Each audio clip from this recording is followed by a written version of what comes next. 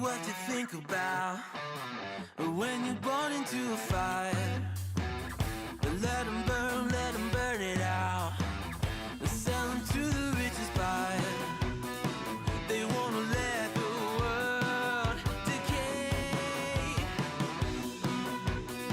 They tell us lies and fade away, fade away. We feel betrayed.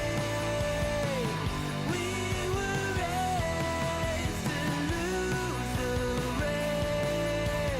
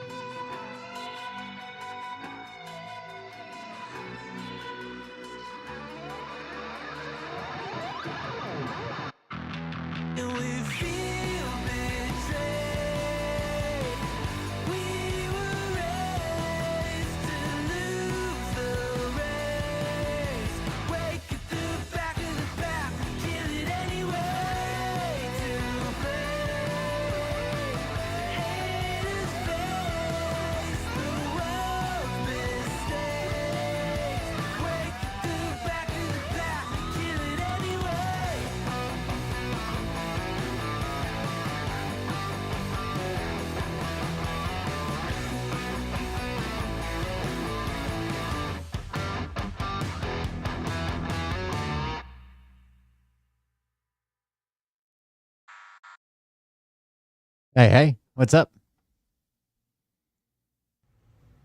Hey Daddies, it's me, the Linda Binda from TikTok. I wanted to make this video because I wanted to thank you for watching Cold Beer Confessionals with Will Bird.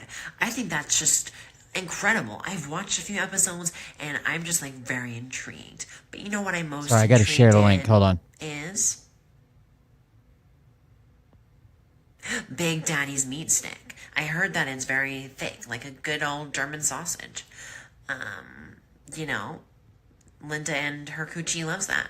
Oh, never mind. Let's not go there. Anyways, I hope you have a good show and enjoy it as you can. There's a lot of weird things that go on, especially when it comes from the realm of Linda Bindaland. So, enjoy the show. Thanks for watching. Peace out. Welcome, everybody. I'm Will Bert. This is the Cold Beer Confessional. Thank you for joining us. A lot going on lately. I'm sure you guys have heard and seen what's going on. Obviously, the Trump administration is basically ignoring the Supreme Court. Would that adequately describe the situation? I'm trying to get the camera out of the way. I don't know what to say about it, to be honest with you. I think my camera's moved because now there's a monitor in the way too. Anyways, we talked about it last night. It's a mess. It's always been a mess. We read the court order here. And it literally says they need to clarify like what they mean by, facilitating his return. But I should also let them know what they're going to do, what they could do. And they even say, like, if we let this continue, that means he can do this to any American, including U.S. citizens. So I don't really understand what the argument is for him not bringing him back. I just don't get it. It's almost like they're cheering on, like, yeah, let's do it to American citizens. I'm sure it'll be people I don't know or people that I don't like or liberals. Like I don't know. The whole thing's wild to me. And the fact that people would just continue to pretend like it's normal, I guess. It's not normal. It hasn't been normal. It isn't normal. How else do you describe it? It's way outside the bounds of normal. And I don't know how you would continue defending it. I don't understand. Whatever. We're on Bert tonight. Bert is my arch nemesis in his own head. Bert thinks he's bigger than what he is. Bert is a washed up lounge singer. He also was in the choir for 11 months or something with the Air Force. I can't even find that full story. Nightwing. Bert is a ridiculous man who never paid enough in to get Social Security, to draw Social Security. So now he's spending his twilight years begging people to watch him on the internet. And honestly, at one time, he sort of had an audience, right? He begged a bunch of money through Brad Barton. Brad Barton sent people to him. He had an audience at one time. He's ran all those people off. And now he just continually begs his tiny, tiny audience, right? He has like 10 people watching him a night, like 6 people in chat. He just continues these people to beg these people to pay his bills. He has one person, Anne, who is like his sugar mama that pays for the vast majority of everything. And he's conned a bunch of people out of their money. Hundreds of thousands of dollars. He says he put it into a studio, but then he forgot to pay his rent. He keeps talking about the only reason I didn't pay my rent is because there was an investor that was going to pay, but they were out of the country. Bro, that was all a lie. That investor never existed. That's what you get for fucking with people's money. That was all a lie. Every bit of that was a lie. There was no investor. The check wasn't in the mail. It wasn't coming. You didn't pay your rents after getting hundreds of thousands of dollars in donations. You didn't pay your rents. If I was going to build a rocket ship to the moon, and I'm like, okay, I'm going to build it at my house, in the barn by my house, I should probably pay my rent, considering that's where my project is located. If you were going to build this massive recording studio, the first thing you should probably check the box on is not getting 5 months behind on rent. Well, the money's coming. I got an investor. An investor's going to be here any minute. The check's in the mail, bro. It's not. It's not coming. You're an idiot. Anyways, I guess he thinks that we think about him. I don't know. He did this whole show yesterday. And then I guess went off on some type of crazy rant. It didn't even make sense to me. I haven't covered him in a while. I kind of forgot he existed. But he never forgets we exist. Ever. Ever. Here we go. We just finished his horrible intro music. All right, we're hopping in. No, it's not muted. He just doesn't have any audio. It's just all dead air right here.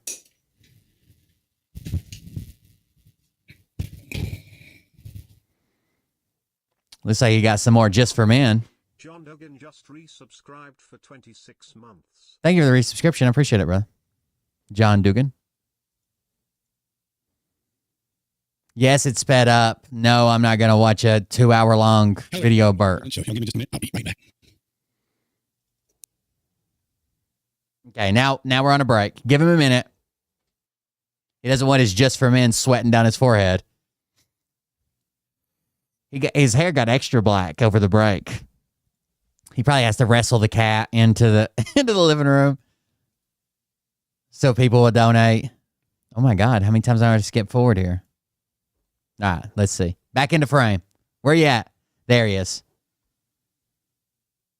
By the way, he's got this very, very, very weird seductive picture. The power This one? Oh, did it freeze while it was playing? of Christ. There it goes. It froze up for a second. Anyways, he's got this weird seductive picture where he's like topless. It looks like he's been oiled up. His pants are unzipped to where you can see his pubic region, and he's pulling his belt to the side. He says that he had just got hired to be a private singer at a pool party, and he was excited with his weight loss, so he was just taking pictures or some shit. I don't know what the fuck he says. That is some type of thirst trap for grandmas. That was weird. That whole thing is weird. Okay, I'm back, everybody. Sorry about that. We're back. What the fuck is on your shirt? Is Shadow a squirter? I'm going to make another quick stop. Just give me a second. I've got just a technical problem. I'll fix it. Give me a second. Oh my God, we're doing it again? Anyways, no one's talked about him. No one's talked to him. No one said anything about him in weeks. And he has this tiny little meltdown on last night's show where he calls out everybody. He says the woman that passed away, the woman that devoted all this time and help and trying to teach him how to use a fucking computer, she passed away suddenly, tragically, that it was bad, that it was her karma. It was her karma catching up with her. Okay, so we got a little issue here in the apartment that I'm trying to repair right before the show started. And What the fuck is on his shoulders? I guess it's handled. Is he wearing a crushed velvet shirt and he like rubbed it the wrong way? What is going on? I'll make sure I'm on the air. I think I'm here. He thinks he's here. All right, so yeah, I had a little problem here. Getting started. Sorry about that. I see a lot of people in the chat room already. Shadow's around here on the floor somewhere. He wouldn't come. And So he didn't pay the rent on the place where he built the studio to become the next Sean Hannity. He pawned a bunch of shit out to pawn shops, and he bounced around from hotel to hotel to hotel, still asking people to pay for his way. Now he's finally got an apartment, which we've located. He's finally got an apartment, and he's still asking people to pay his rent. The other day, he's like, we got $5,000 worth of bills. And then I think he even went up from that. And he's like, it just stops without you guys. I'm going to have to stop it. Somebody's going to have to pay these bills. it's not completely dry, but I put it on anyway because it's too hot in here for the long sleeve shirt. Mm. So, some of you can probably see that, and others of you can't. See, many of you have already started chatting with each other. Pool party residue. It's that fucking, that's what he looks like. He looks like he came from a Diddy The party. power of Christ compels you to give little Bert a little kiss. All oiled up. That's what it is. You think he hangs out with Diddy? It's a new shirt for summer. Yes, it is, Ann. And it was, it's just too hot for me to turn off the air conditioner and be in here because it's 90 degrees right now. So I was working on that plus a couple other things, and I'm glad that somebody made a comment in here. Somebody said lost Bert. I just had to step away. You guys, forgive me. I'm a one man show, and I don't have anybody helping me here. So I had to. It's baby oil. I can tell. There's nobody to fix it but me. But as far as I can tell, everything's working right now. One thing is bothering me a little bit, but at least I don't have a jam session going on in the room next door. So that Okay. you may notice, see, I'm hearing just a distortion. I'm trying to get rid of it. I hope nobody else is hearing distortion. I thought I had to change a cable. I've changed it twice now. And if you guys are hearing distortion, tell me. Somebody said it would have been nice. I mean, you think at least he would be appreciative of his viewers. He gets so fucking mad at his viewers sometimes. Like, what are y'all talking about in the chat? I'm not even talking about that. I think Kimber said it'd been nice if you had said that, gave us a message. I told you guys Friday I probably wasn't going to work the weekend. Ooh. If I post that I'm coming on the air, I'm coming on the air. Ooh. If I don't post I'm coming on the air, I'm not coming on. If I'm not home, I can't post. So anyway, he's probably out here hunting for me, I bet. We have a lot going on. And I did post that I wasn't home yesterday. A post about Shadow saying my daddy's not home. I hope he's coming back. I thought that most of you would get the message when you saw that. So he took a picture of his cat and said, I'm Shadow. My daddy's not home. Hope he comes back sometime. So I apologize for those of you that didn't. That is what happened. I didn't get caught in the rain, but I got caught. Okay, so here's the deal. In my shower, there's a leak. Okay? And this shirt, I was wearing this shirt while I was trying to fix the leak when it was time to come on. So I got a little bit wet. It'll dry. When I shut off the shower after I took my own shower, it wouldn't quit shooting water everywhere. I had to actually shut off the water to the bathroom. What the fuck, dude? And then I had to get up in there with a wrench and fix the leak. It was not a leak. It was just one of these local. They were talking about food the other night and he got pissed. I've seen him like fly off the wall. Like, what does that mean? I'm not even talking about that. We're 5 topics away from that. Why are you guys still talking? Like, he gets mad, dude. High pressure situations that Trump just signed a executive order about. Well, it's affecting my shower. Because my shower trickles like a couple of leprechauns pissing on your head. And I was trying to fix that while I was taking the shower. And it did make the shower work better. But then when I shut it off, it wouldn't shut off. Okay. So I was man. It off when I was going to come on the air. And as I started back in here, I could hear it still going and it was spraying all over the walls. So I fixed it. And it's not time for me to change shirts. So we'll put up with it being a little wet tonight. Okay.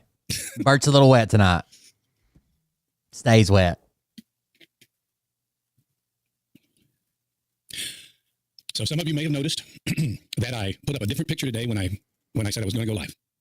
Some of you may have noticed that. Don't you just hate it? Don't you just hate it when you're about to start a grandma live stream and you can't get the baby oil off your clothes in time? God, there are only so many hours in the day. I agree. Let me see. Why is this doing this?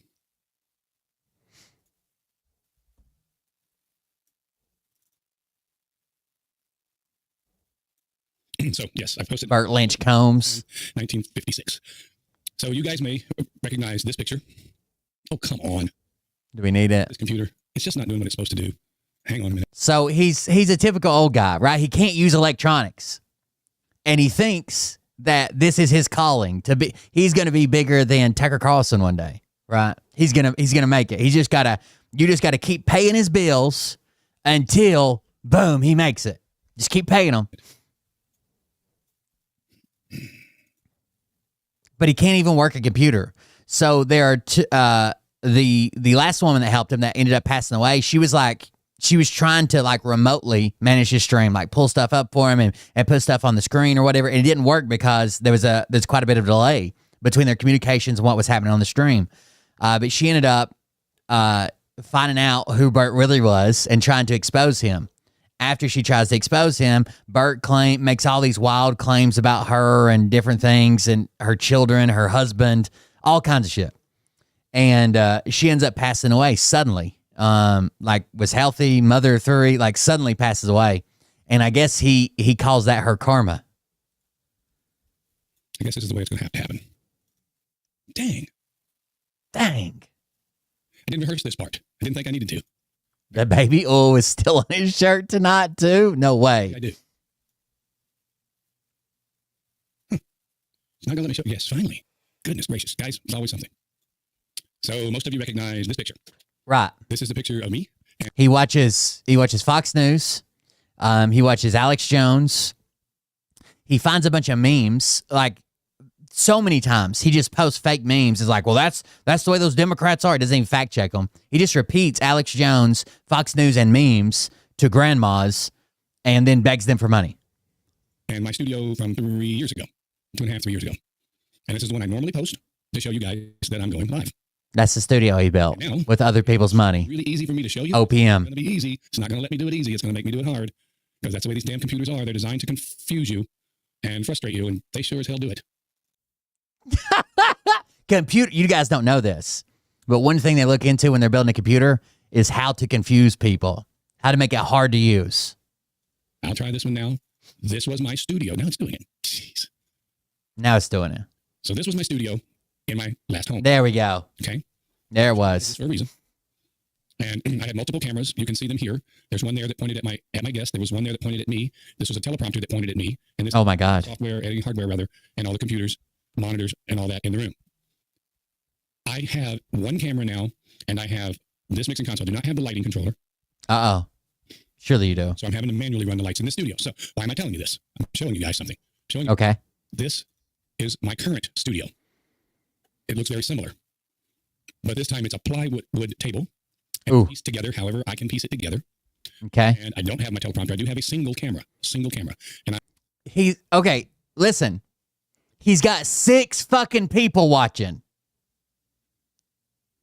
Get a goddamn cell phone and a tripod, bro. I'm in the corner of a little tiny bedroom. Okay. But this is the current. One microphone, one camera, very small mixer. If we go back to this one, you can see the difference. This Oh, took yeah. months to build. It weighs 400 pounds. Oh my goodness. It has to come apart in 3 pieces just to get it into the house. Wow. This was my studio in my home originally when we first started this show. That he didn't pay rent for 5 months and got evicted from. Like, honestly, don't buy the extra fucking monitors and cameras and fucking lights and pay your fucking rent. And then ask for donations for that shit. Like, why the fuck? Why would you keep adding on to the fucking studio and not paying the rent? You understand that studio is attached to your house that you're not paying rent for, right? I'm going somewhere with this. Okay, we're going to get there. This is what you guys were able to watch 2.5 years ago. And now, what I have to offer you is this. So there's an old saying, we've come a long way, baby. Well, perhaps we have and perhaps we haven't. But the show that I want to produce for you guys, this was just shot with my iPhone right before the show started today. But from this to this. What? I don't even understand why you need all of this to play Alex Jones clips. Is where we've come. And in the meantime, I was homeless. So I had this, then I had nothing. And with the help of people that are in this audience right now, I was Okay. slowly able to reestablish this show like this on a Oh, in a small hotel room. amazing. Just because I want to say thank you Okay, to the people that hate me. there you go. I went from this and this Because Ann Gallagher paid for it all. Just say it. to this and this. And quite honestly, making that type of transition, a person my age would normally just quit. Okay. They would normally just say, I'm not going to keep doing this. You can't quit because you never got started, right? It'd be one thing if you like started a job, but you didn't. I can't keep doing this. You got the same 6 people. We get it. I went from being able to interview anybody who wanted to come over and be interviewed. I went from being able to get up on the other studio. Healthcare should be simple, not a constant battle with red tape, restrictions, and shortages, right? You shouldn't have to jump through hoops to get them. What an idiot. That's and sing a song for you. All of those things went away. Oh, Most- no more singing. Would have just said to hell with it. I'm going to give up. I'm going to go try to do something else. But there was one thing that kept me from doing that. My haters. And I want to say thank you to the supporters. The supporters who got me here, or most of them are in this room right now, in this chat room. They hate us because they ain't us. You know who you are, and I won't say your names because it will. Something is tickling the hell out of my nose. Do that. But had it not been for about 5 people over the last year, I would not be here. But quite honestly, even some of you who were helping me kept saying, I don't know how you keep doing it, and I don't really know why you keep doing it. And it came to me that I know why. My It's haters. because the haters started hating me, I've been drinking that haterade. hating me, and telling me they were going to destroy me. Mm. And what they don't know is that will never freaking happen. Ever. So I want to thank Ever. you with the little chat room that you got on Facebook where you go there every day and bash me with the guy on. So there's a page called Bert Lynch Truth. A page called Bert Lynch Truth. Now, it was run for a long time, and then nobody ran it for a long time, and now it's back open. And then there's a page called Bert Cat Piss.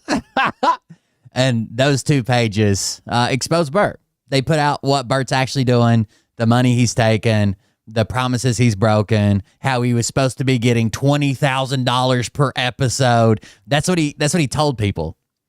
On a brand new platform with let's be generous, less than 50 people watching him, that advertisers were going to pay $20,000 to $30,000 per ad read. What company would spend $20,000 to target less than 50 people in a right-wing live stream? What are you talking about?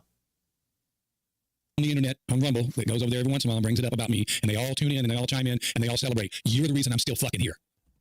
Okay? You will never run me off. Never. I'll do this till I freaking die. I hope so. I hope so. Before I give you the pleasure of saying, we got rid of him. We don't. Who wants him to go anywhere? He's fucking hilarious. The way he tries so hard and never makes anything happen. Will never happen. So it's you, the haters. Most people would have quit this by now. I can't pay my bills. I've asked my audience for help every night. And one night out of maybe 9, somebody will send me $25. Oh. Then I have to reach out to the ones who I really know and say, listen, I got to have this or that or the other thing today. Or So literally, he's not getting enough money by begging on his show, right? So instead, he comes back and calls people that have donated in the past and said, well, I'm not going to be able to pay rent this month. Can you just go ahead and send it? Yeah, I'll send it this time. When you think you're going to get there? I don't know. I don't know. I don't know if we're ever going to. We're trying. We're trying so hard. and thank God they step up. But why? Some old lady's just financing him to live. People to buy stuff at my store, I don't understand. When every other podcaster has people buying stuff at their store. I see the other guys with 300,000 viewers. Phil Godleski did a show the other day. He had 300,000 people on the show. He said jack crap the whole show. He said, Oh, man. It's almost like you're not good at this. nothing. He sat there and talked. He had such bad technical problems. This is a guy that's so rich that he's got millions of dollars, owns several houses, and he can't run his own equipment anymore. And his audio is terrible. He doesn't know how to even use his microphone. See, when you take your microphone, let me show you something. Folks. Okay, let's get it. Sounds like when you take a microphone that's designed to be Show a us. microphone and you put it up out of your shot, like Brad and Phil does. Here's what happens. Hey, everybody, how's my audio? Is my audio okay? Okay, good. Yeah, I think it sounded good. All right, great. So let's get started with the show. This is what they sound like. Why? 'Cause Okay. they know how to use it. That's how it works. That's not how you use a microphone. But 300,000 people tune in. And they buy their merchandise, and they send them money, and they tip them. They hit there's a... Today he said that something to the effect of that General Flynn copied his studio right here where you that he lost. send a donation. I don't even know what it's called. No one's ever used it, so I'm not even used to promoting it.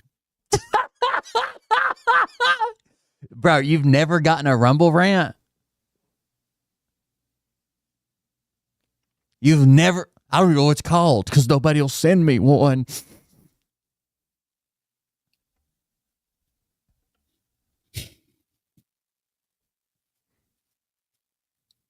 Phil Godlewski's show this weekend was ridiculous. These guys are all QAnon people. So bad. QAnons. And I was told by my investors that with the show, if you don't do QAnon, you're not going to have a show. You're Okay. not going to be able to do it. It seems like they might have been right, my man. It seems like they might have been right. Because that's what people tune into these shows for. Is that? Well, I'll be damned. I told them, I'm not doing that. I'm not going to do that. I'm going to talk about the truth. I'm going to tell you how I see it coming. I'm going to tell you what I think is going to happen. But let me show you what you guys want. Okay? I'm going to show you what apparently you folks want. It says, someone said, I took the weekend off. I missed you guys. So I'm going to go an hour-long rant on my haters instead of telling you I miss you guys. Got it. That's on Bert Catpiss over on Facebook. What do they want? Let's start with this guy right here. Okay. I mean, come on, people. Really? Who is this guy? Who is this guy? Trump designated Gitmo for trials, Guam for trials, and Terra del Fugue for trials. So now we got Gitmo 1.0, 2.0, and 3.0. And the trials have been going on. Now, folks, this guy is telling his audience that Trump has already designated this, and this is all going on. Just pay attention. Is this what you want? This video is really old. But yeah. So September 30th. 30 news reporters. 30 news reporters last year got a lottery ticket. And they're down at Gitmo. And they are watching the trials. And when it gets reported on, everyone will know. Everyone will know. Oh, will they know? Okay, but until then, nobody knows. Yeah, including you, Well, clown. except for me. I've got the court transcripts from Hillary's trial. Uh-oh. Not the Hillary trial. The evidence we pulled out from underground in Rockford, Illinois, John Brennan was just tried. Does Bert going live and telling you what he doesn't show, or how other people are much more successful than him, or how he can't pay? Like, I would come on and be like, okay, we're really struggling. You know, we don't have money and we need donations and the show's not. I would do that too if I thought it would resonate with any fucking body. You think that's how you're going to get donations or followers en masse? And so was Podesta. I'm going to stop it just for a second, but we're going to keep going. Okay. Says too many people hooked on opium. If I were crooked like they say I am, if I were what is it they like to call me? They like to call me a grifter. I would go back to that and sell the piss water out of it. If I were a grifter, I'd be trying to convince all of you to buy a timeshare right now. At least it would be interesting. I'm on here coming with the truth. I get these shows. I watch the news all day long and come report to you what's actually happening. And I usually predict pretty close so that you have an idea of what to expect down the road so you can plan for your life and not be afraid that there's going to Imagine your slogan is, I watch the news so you don't have to. What if they just watched the news? What if they just watched Alex Jones and a couple hours of Fox News? Wouldn't they get the exact same thing and cut out the middleman? to be a corporate takeover, that they're going to get rid of your cash and you're going to have to use Bitcoin to survive on, or you got to go buy gold or you're going to freaking die. I don't do any of that to you. Let me tell you something. When the world shuts down, like they claim to happen, your gold is going to be freaking worthless. Why? All right. Because if you've got a chunk of gold that's worth, an ounce of gold is worth $3,000. Let's say you've got an ounce of gold, okay? Here's a little bar. This would be a lot more than that. But say this is a bar of gold. It's worth $1,000 and you need to buy milk and bread tomorrow, and this country is shut down. Are you going to give them a $3,000 hunk of gold? No. Sure. If that's what it takes. If there's not currency, you won't be able to function. And I'm talking about paper currency. There's no guarantee, even though historically, let's say we do go to like apocalypse style situation. There's no guarantee that people will find gold valuable then, right? So what could happen is, let's say the scarcity is medical supplies and gasoline. You might have a closet full of fucking gold bars, right?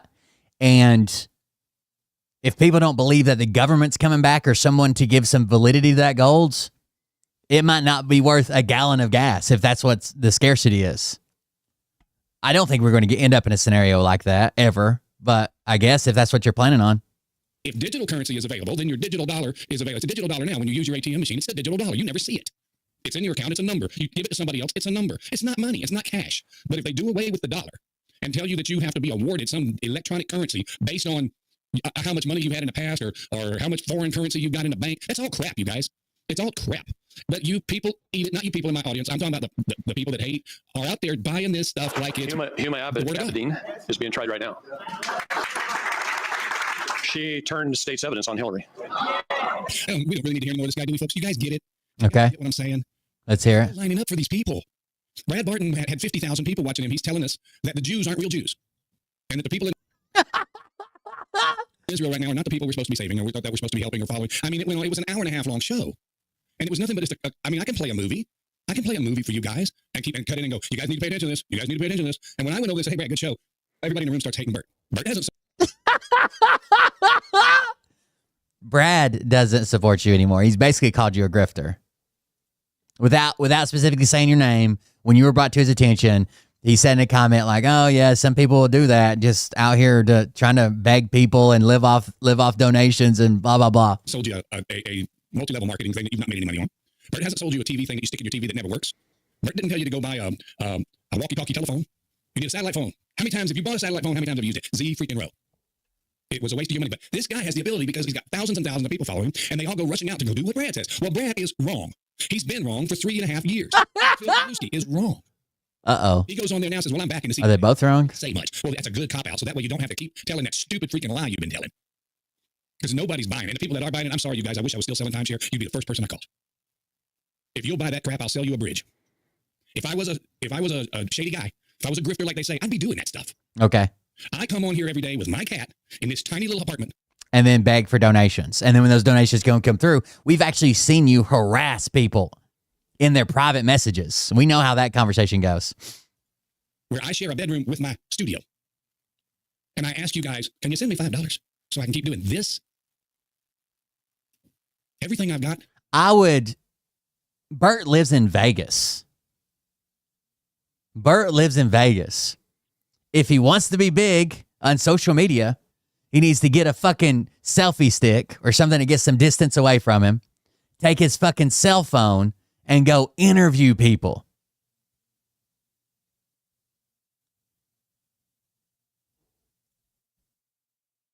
He would have a show ready-made for him. There you go. That I have been working to continually save for the last year is about to be gone. I have admitted to you guys, I stuck half of my gear in a pawn shop. I got much of it out in order to do this show for you guys, in the hopes that just maybe, that you guys would say, but this guy's working his ass off. He's sitting behind for hours a day to inform us and entertain us. It's taken everything the guy can scratch together to put this makeshift studio in his room. So we ought to probably Yes. a couple dollars. Just walk around Vegas with TikTok. Any platform. Interview people. Talk to people on the street. That would be a much more entertaining show. The reason he says he can't do anything else is because he spends all day watching the news to do his show later on. Okay. Because he's making the effort. Well, you haven't been doing it, except for 3 or 4 of you. I need to get back to that so that we can get real money in a real studio. This is not going to cut it. Right behind that chair is It is pretty sad. who play rap music the loudest they can get it all night long. Folks, if it weren't for the haters, I'd just freaking quit. We're keeping him alive, chat. As long as Bert's got haters, he'll still be there and we can just go watch the show and we're not spending no money on him. I'm asking you to understand the fight. I'm asking you to keep me in the fight. But apparently, 350,000 views of this guy is what people want. I'm a time traveler from the future with mind-bending information. Brace yourselves. I got 2 important dates you need to remember. April 25th, 2025. That would be depressing. People rush to withdraw money, but accounts get frozen. A new digital currency takes over and cash becomes worthless. If the system doesn't like you, your digital wallet gets locked. No food, no rent, nothing. 2 days later, strange sightings in the sky worldwide, no explanations, and it's way bigger than aliens or cover-ups. Then May 14th, 2025, California gets rocked by an 8.6 magnitude earthquake. The damage, catastrophic. A massive tsunami forces thousands to evacuate. I know it sounds wild, but when these events start unfolding, you'll realize I was telling the truth. Save this video, remember these dates. Okay. Did you guys hear that? Okay. There was an earthquake today in California, 5.2. Uh-oh. Heard a thing, but they might Sounds like he was right. another earthquake. Little do you know, you can have something like I hate these fucking ads. Wi-Fi router at your house, and it literally just makes money all day. They're going to cause, because I said they need another distraction. Trump's doing too well. Trump's kicking ass. He's taking names, and the deep state needs to do something to get us to quit paying attention to Trump. But this time travel guy gets millions of views. And see, when he gets millions of views, you don't have to send him no money because he's getting paid for those views. But quite honestly, folks, I can't get the people watching the show right now to even share the freaking show. I can't get you to hit the share button. I can't get you to hit the follow button. That's what I can't follow. Why does he keep dumping more money into the show where, like, he's not getting donations, he's not getting new followers, he's not getting likes. Once you have the very basic, I'm not saying everybody should try, and if they don't make it, quit, right? A lot of people don't get a ton of views. I don't get a ton of views compared to what he's showing with these people, like 300,000 viewers or whatever. But once you have the basic setup, build with that until you have an audience. Not build for an audience of 5 million and then just sit around and wait for them to show up while you've got 6 people in your chat. I got 191 followers. I'm sorry, 291 followers. In a year, I've gained 191 followers because I started this with 100 followers. I can't get you guys to hit the follow button or the thumbs up button. Because now it's only 290 followers. I don't know if he noticed that. Somebody left. Can you guys see that on your screen? It's kind of fucking hilarious, but whatever. 290 followers. Somebody left after this. Because I'm not lying to you. You're not interested in what I've got to say. There's a reason why Democratic politicians get half the votes in the country, because half the people are idiots. Okay. And they will follow somebody that says ridiculous stuff to them all the time if it goes along with their stupid little knowledge that they got from MSNBC. I come on here every night. I took 2 nights off to get my thoughts together. I had to also go to somebody else's place to do my laundry because there's no laundry in this facility. Well, there is, but you can't ever get in it because there's always people lined up to use it. So I went over to a friend's house to do laundry. And he only has one friend. You know what? We'll just do laundry and we'll sit here and we'll have a bite. It seems like she has a record, too, for some corporate crimes. Whatever. But I've been on the phone with people pawn shop. I got less than a week to go down there and at least make an interest payment. Or the rest of my stuff is gone. I could go back out and start playing music, except it's all in the pawn shop, and I can't because I can't get it out. Because I can't get enough money out of this show to even pay the rent, which is due in 2 days. 2 days for now. I suppose. I created a web store with merchandise for sale. You go into Walmart, you buy a t-shirt at Walmart, why can't you buy one in my store? That's all I'm trying to say. Listen, let's say, okay, I have 261 people watching me right now. If I was very, very generous and I said 10% of people that watch my show would buy merch from me over the lifetime of them watching my show. Over the lifetime of them watching my show. Right? That'd be 26 people. Now, what if I have 6 people watching the show? How many people do you expect to buy merch? If 10%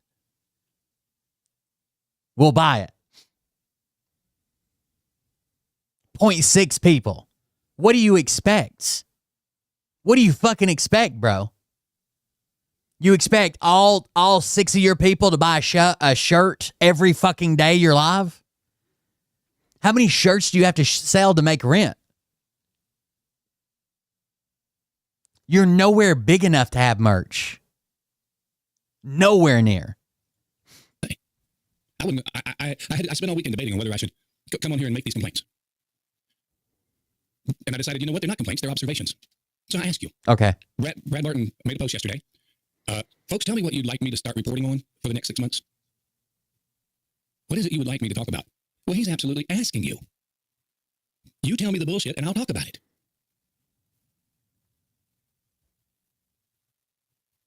And then you got the people out there that are leading the hate crowd. Listen, there's one lady. I was going to play it for you guys, but I'll just tell you what she said. One lady on a podcast. Okay, let's hear it. Said, Kimber's leaving us again. Good night, Kimber. It's very generic merch, yes. Having this feud with another podcaster. And the two of them are fighting like crazy. And she was pointing out about how, let me see if I can.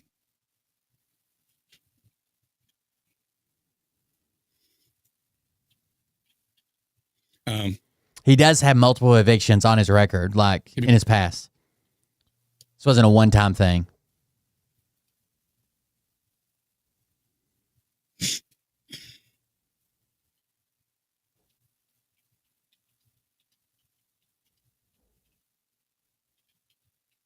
I hadn't intended to show this. You got it, Bert. You got it.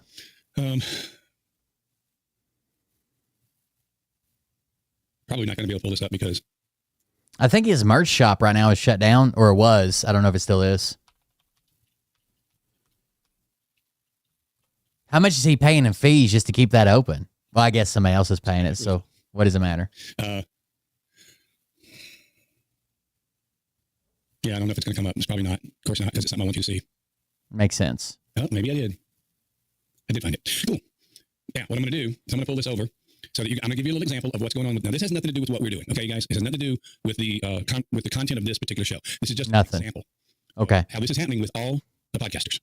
Okay. Got it. Every one of them all have this same issue. This lady here is, her name is Vegas Starfish. Okay.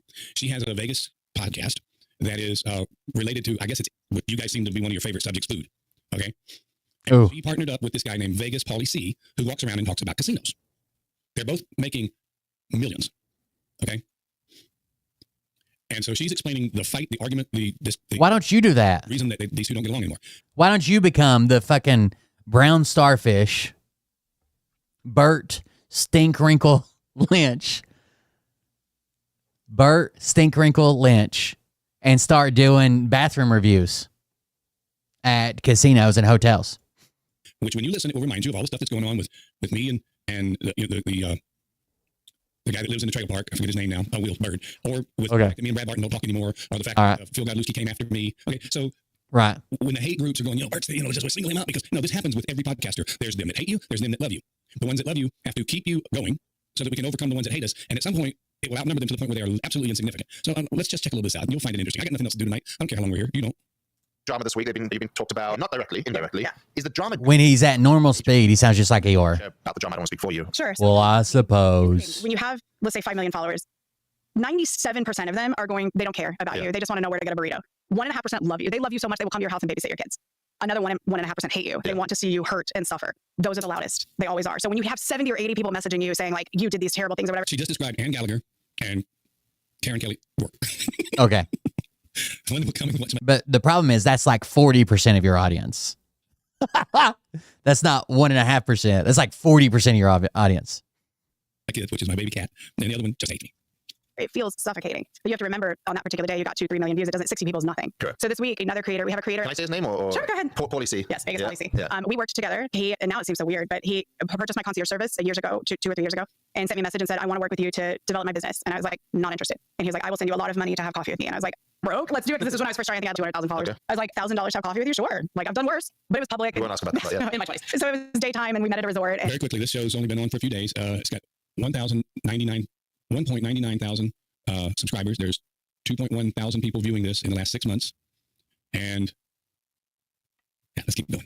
And he seemed really nice. And that's the part that really throws me. He seemed really nice. We sat down. He's like, I have this business. It's called Casino Comp Wallet. And I want you to tell people that we're partnered. And I'll pay you.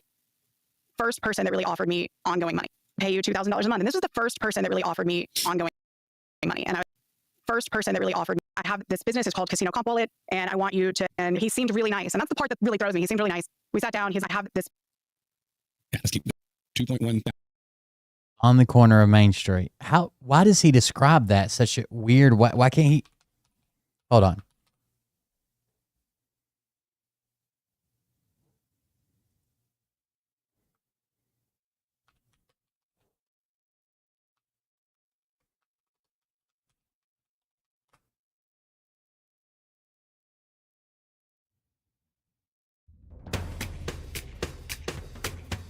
From Oscar State.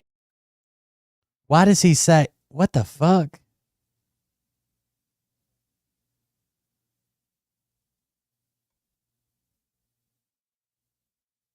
Why doesn't he just say 2,000 subscribers? Why does he say 1.99K subscribers? Just because he's reading it off the screen, he doesn't understand what those numbers mean? He says it in such a weird fucking way. It's got 1.99 thousand subscribers. There's 2.1 thousand people viewing this in the last 6 months. And yeah, let's keep going. And he seemed really nice. And that's the part that really throws me. He seemed really nice. We sat down. He's like, I have this business. It's called Casino Comp Wallet. And I want you to tell people that we're partnered. And I'll pay you. They got 2,000 subs. Ongoing money.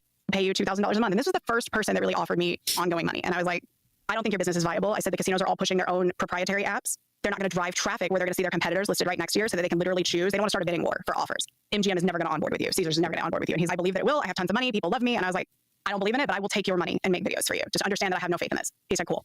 So I came on board. He hired a content creator that I was just going to partner with him. He hired a content creator that I introduced him to. That Does he think it's 199,000? person smelled blood in the water and left very quickly. So he gave me that person's responsibility and doubled my pay to $4,000 a month. At the time, I was like, I'm getting paid $4,000 a month to walk around Vegas and talk about an app that's probably never going to happen. This is not terrible. I don't hate this. He would ask me to go to like the Grand downtown. He would book a hotel room, ask me to film it and put up a video. Happy to do it. I liked him. I believed that we were friends. We had a deal with Mohegan Sun that he reached out to me and he said, I have a deal with Mohegan Sun. I think they're going to onboard with the app. Would you come up here and make content? I was like, absolutely. Put me on a plane. Let's do it. I even said I'd do it for free. You don't have to pay me extra. I just wanted to be part of the team. He sent me a contract between Casino Comp Wallet and Mohegan Sun. He's look over it. What do you think? Does it look good? I was like, it looks great. I'm thinking we're like two scrappy entrepreneurs figuring this out. He sends it there. The night before I'm supposed to go, Mohegan Sun calls me and they said, we have some questions about your demands. And I was like, I don't have any demands. By the way, 16 up votes, 27 down votes. And they're like, no, you've asked for $1,000 in shopping money to give away to your followers. You've asked for the suite, a party with a DJ and alcohol. And I was like, that sounds like my worst nightmare. I would never go to that party. And I was like, I don't do giveaways because when you do giveaways, you're just attracting people who want the prize. They're not interested in your content. So they end up being dead weight. So I was like, I don't do it. And I was like, this is a deal between you and Casino Comp Wallet. And they said, who? And I was like, what? It's with you and Paul. And they're like, your manager, Paul? And I was like, wait a minute, send me what you have. They sent me a contract that literally said Vegas Starfish and Mohegan Sun. And at the end, it said, make the $10,000 appearance fee payable to Paul Cantino, which I had never, first of all, I was worth $10,000. That was awesome, but I wasn't getting it. He never mentioned it to me. He never basically told me that he was selling me to them for content creation. When I confronted him. Folks, this is what agents do. And this is how I had a falling out with the biggest agent in Las Vegas, was they book you for $10,000 and pay you $300 or $1,000. And they don't tell you that the client was willing to pay a $10,000 fee. When a client pays a $10,000 fee for an act, they expect a $10,000 act. Okay. When you get an act that's only making $400, $500, or $1,000, they're not going to show up there with all this production. They're not going to show up there in unbelievable costumes. They're not going to show up there with all these fancy gear and all these other things. They can't. They don't make enough money to have it. So they're going to show up there and they're going to disappoint the client. And the agent doesn't care because he took all the money out of that deal and he'll just go do that same deal somewhere else with a different act. And there's a guy here in town. I won't say his name because sometimes I still might have to deal with him. Okay. He wrecked this town by double billing the hotel for the acts. If you were told that you were going to get $500, you can bet that he made $1,000 and he gave you half. And then he told the casino, don't worry about it. I give them a 1099. You don't have to mess with them. Just pay me once a month, my fee. I take care of the talent. The casinos loved it because they didn't have to do the paperwork. But they weren't getting a $1,000 a night act. The guy couldn't afford to show up there with all the right gear that he would have and show up there. In fact, because he's only making $400 or $500, he might have 2 shows that day. He might have 2 shows that day and he's freaking exhausted by the time he gets to that 9 o'clock gig. I know because I did that for 10 years. I did 2 shows a day in 2 different cities. 2 different casinos. I had to tear it down, set it up, perform, tear it down, drive over to the casino, set it up, perform, tear it down, and get home by 3 in the morning. How to kill all mosquitoes in the area in just minutes. This simple but brilliant. Their ads fucking suck, dude. Get a little bit of sleep and start over at 3 in the afternoon and do it again. Every day. I did that for 10 years. Isn't that how agents work? I mean, I'm sure it's more like 20% or something, but still, like, if you signed up for that agent, you're working under that agent, there's obviously a reason. Because if there are better agents, then you would be moving on to better agents. You're working for this shitty agent who takes half, allegedly. And that's what every act had to do in this town because we were lounge acts back then. It wasn't until 15 years ago that I started doing the headline stuff and doing showrooms where it's all there. You just go and play. Okay. But when you first get started, that's what you have to do. So this lady was going to go do this for this dude, and he was getting 10 grand. And she was getting her normal monthly salary of $2,000. Immediately was like, I'm a business person. You're an idiot. I'm paraphrasing. Thing said. And I said, just understand that our arrangement is terminated effective immediately. Here's your account. That makes sense, Scooter. I don't want to be associated with you. I canceled my trip to Mohegan Sun. I did agree to do them for free at a later date just to make up for the reputation control or damage. Yeah, just because they thought I was coming. They were excited about me coming to make content. So that's enough of that. But my point of it is she's in a battle with this cat right here. $6,200. I kind of keep track of where I'm at with the taco business. How many times have I told you it's not your fault? Yeah, no, I still feel like it is. He meets people in their yard. They have a restaurant in the backyard. They seem like good people. You know, I'll never sit in front of the camera and say their food isn't fire. And we got in bed with him on January 3rd of this year. Month 1, I think we did about 150. Month 3, this guy. So that's Paulie C, and he's doing a review of this guy's restaurant that he actually ended up buying into, and then they ended up going to war with each other. And everybody that this guy Paulie C gets involved with ends up at war with him. So, and the reason I'm telling you this is it's an online thing in the gambling world that everybody knows about. Just like in this patriotic podcasting that we do, it's an online thing that everybody knows about. And it doesn't change. It's the same no matter who you're talking to or what podcaster you're listening to. They're at war with somebody. There's one guy here that hates everybody that's a patriot, calls them all grifters. And not all of them. Quite honestly, I think that the QAnon thing is a grift. I do. I've told you that for the last 4 years. I lost my biggest investment. So it sounds like you're calling the Patriot podcasters grifters, not me. I lost my technical support, who then lied and said she invested when she did not. And she started a thing. She's dead now. Go figure. Karma's a bitch. Sorry. Wow, dude. Wow.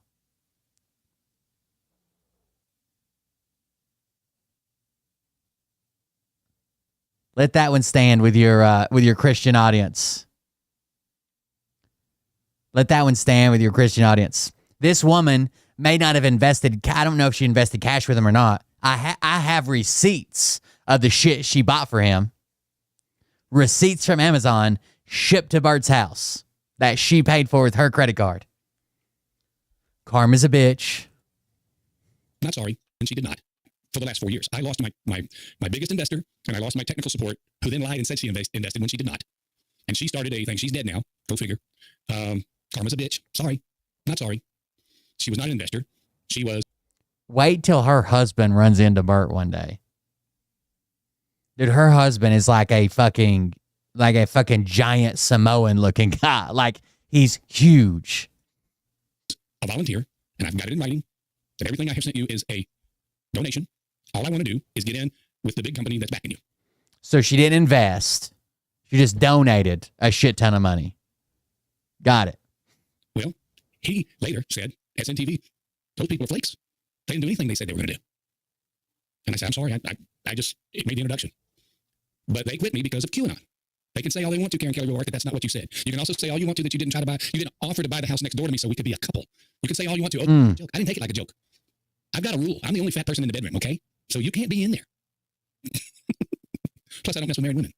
So that drew a line in the sand that could not be crossed. And then you got mad at me, Karen, because I asked you to shut your pie hole in the chat room because that's all she was dominating. I was the only person talking. And I said, chat room dominator. Let everybody else ask me the question. I'll give them the answer. And I was new. One day, Bert is going to die. And long before they find his body, because no one cares about him, Shadow will have his revenge. So I didn't really know how it worked. I was learning on the fly, but I'm the one running all this. First of all of this equipment that you see was originally supposed to be on the table in Chicago. This was originally set up in Chicago. For whatever reason, now it doesn't want to come on. Back to doing that again. It's back to doing that again. I don't get it. Oh, man. And now it's disappeared completely. Okay. Anyway, we'll use this one if it'll open. It's beyond me as to why it does that.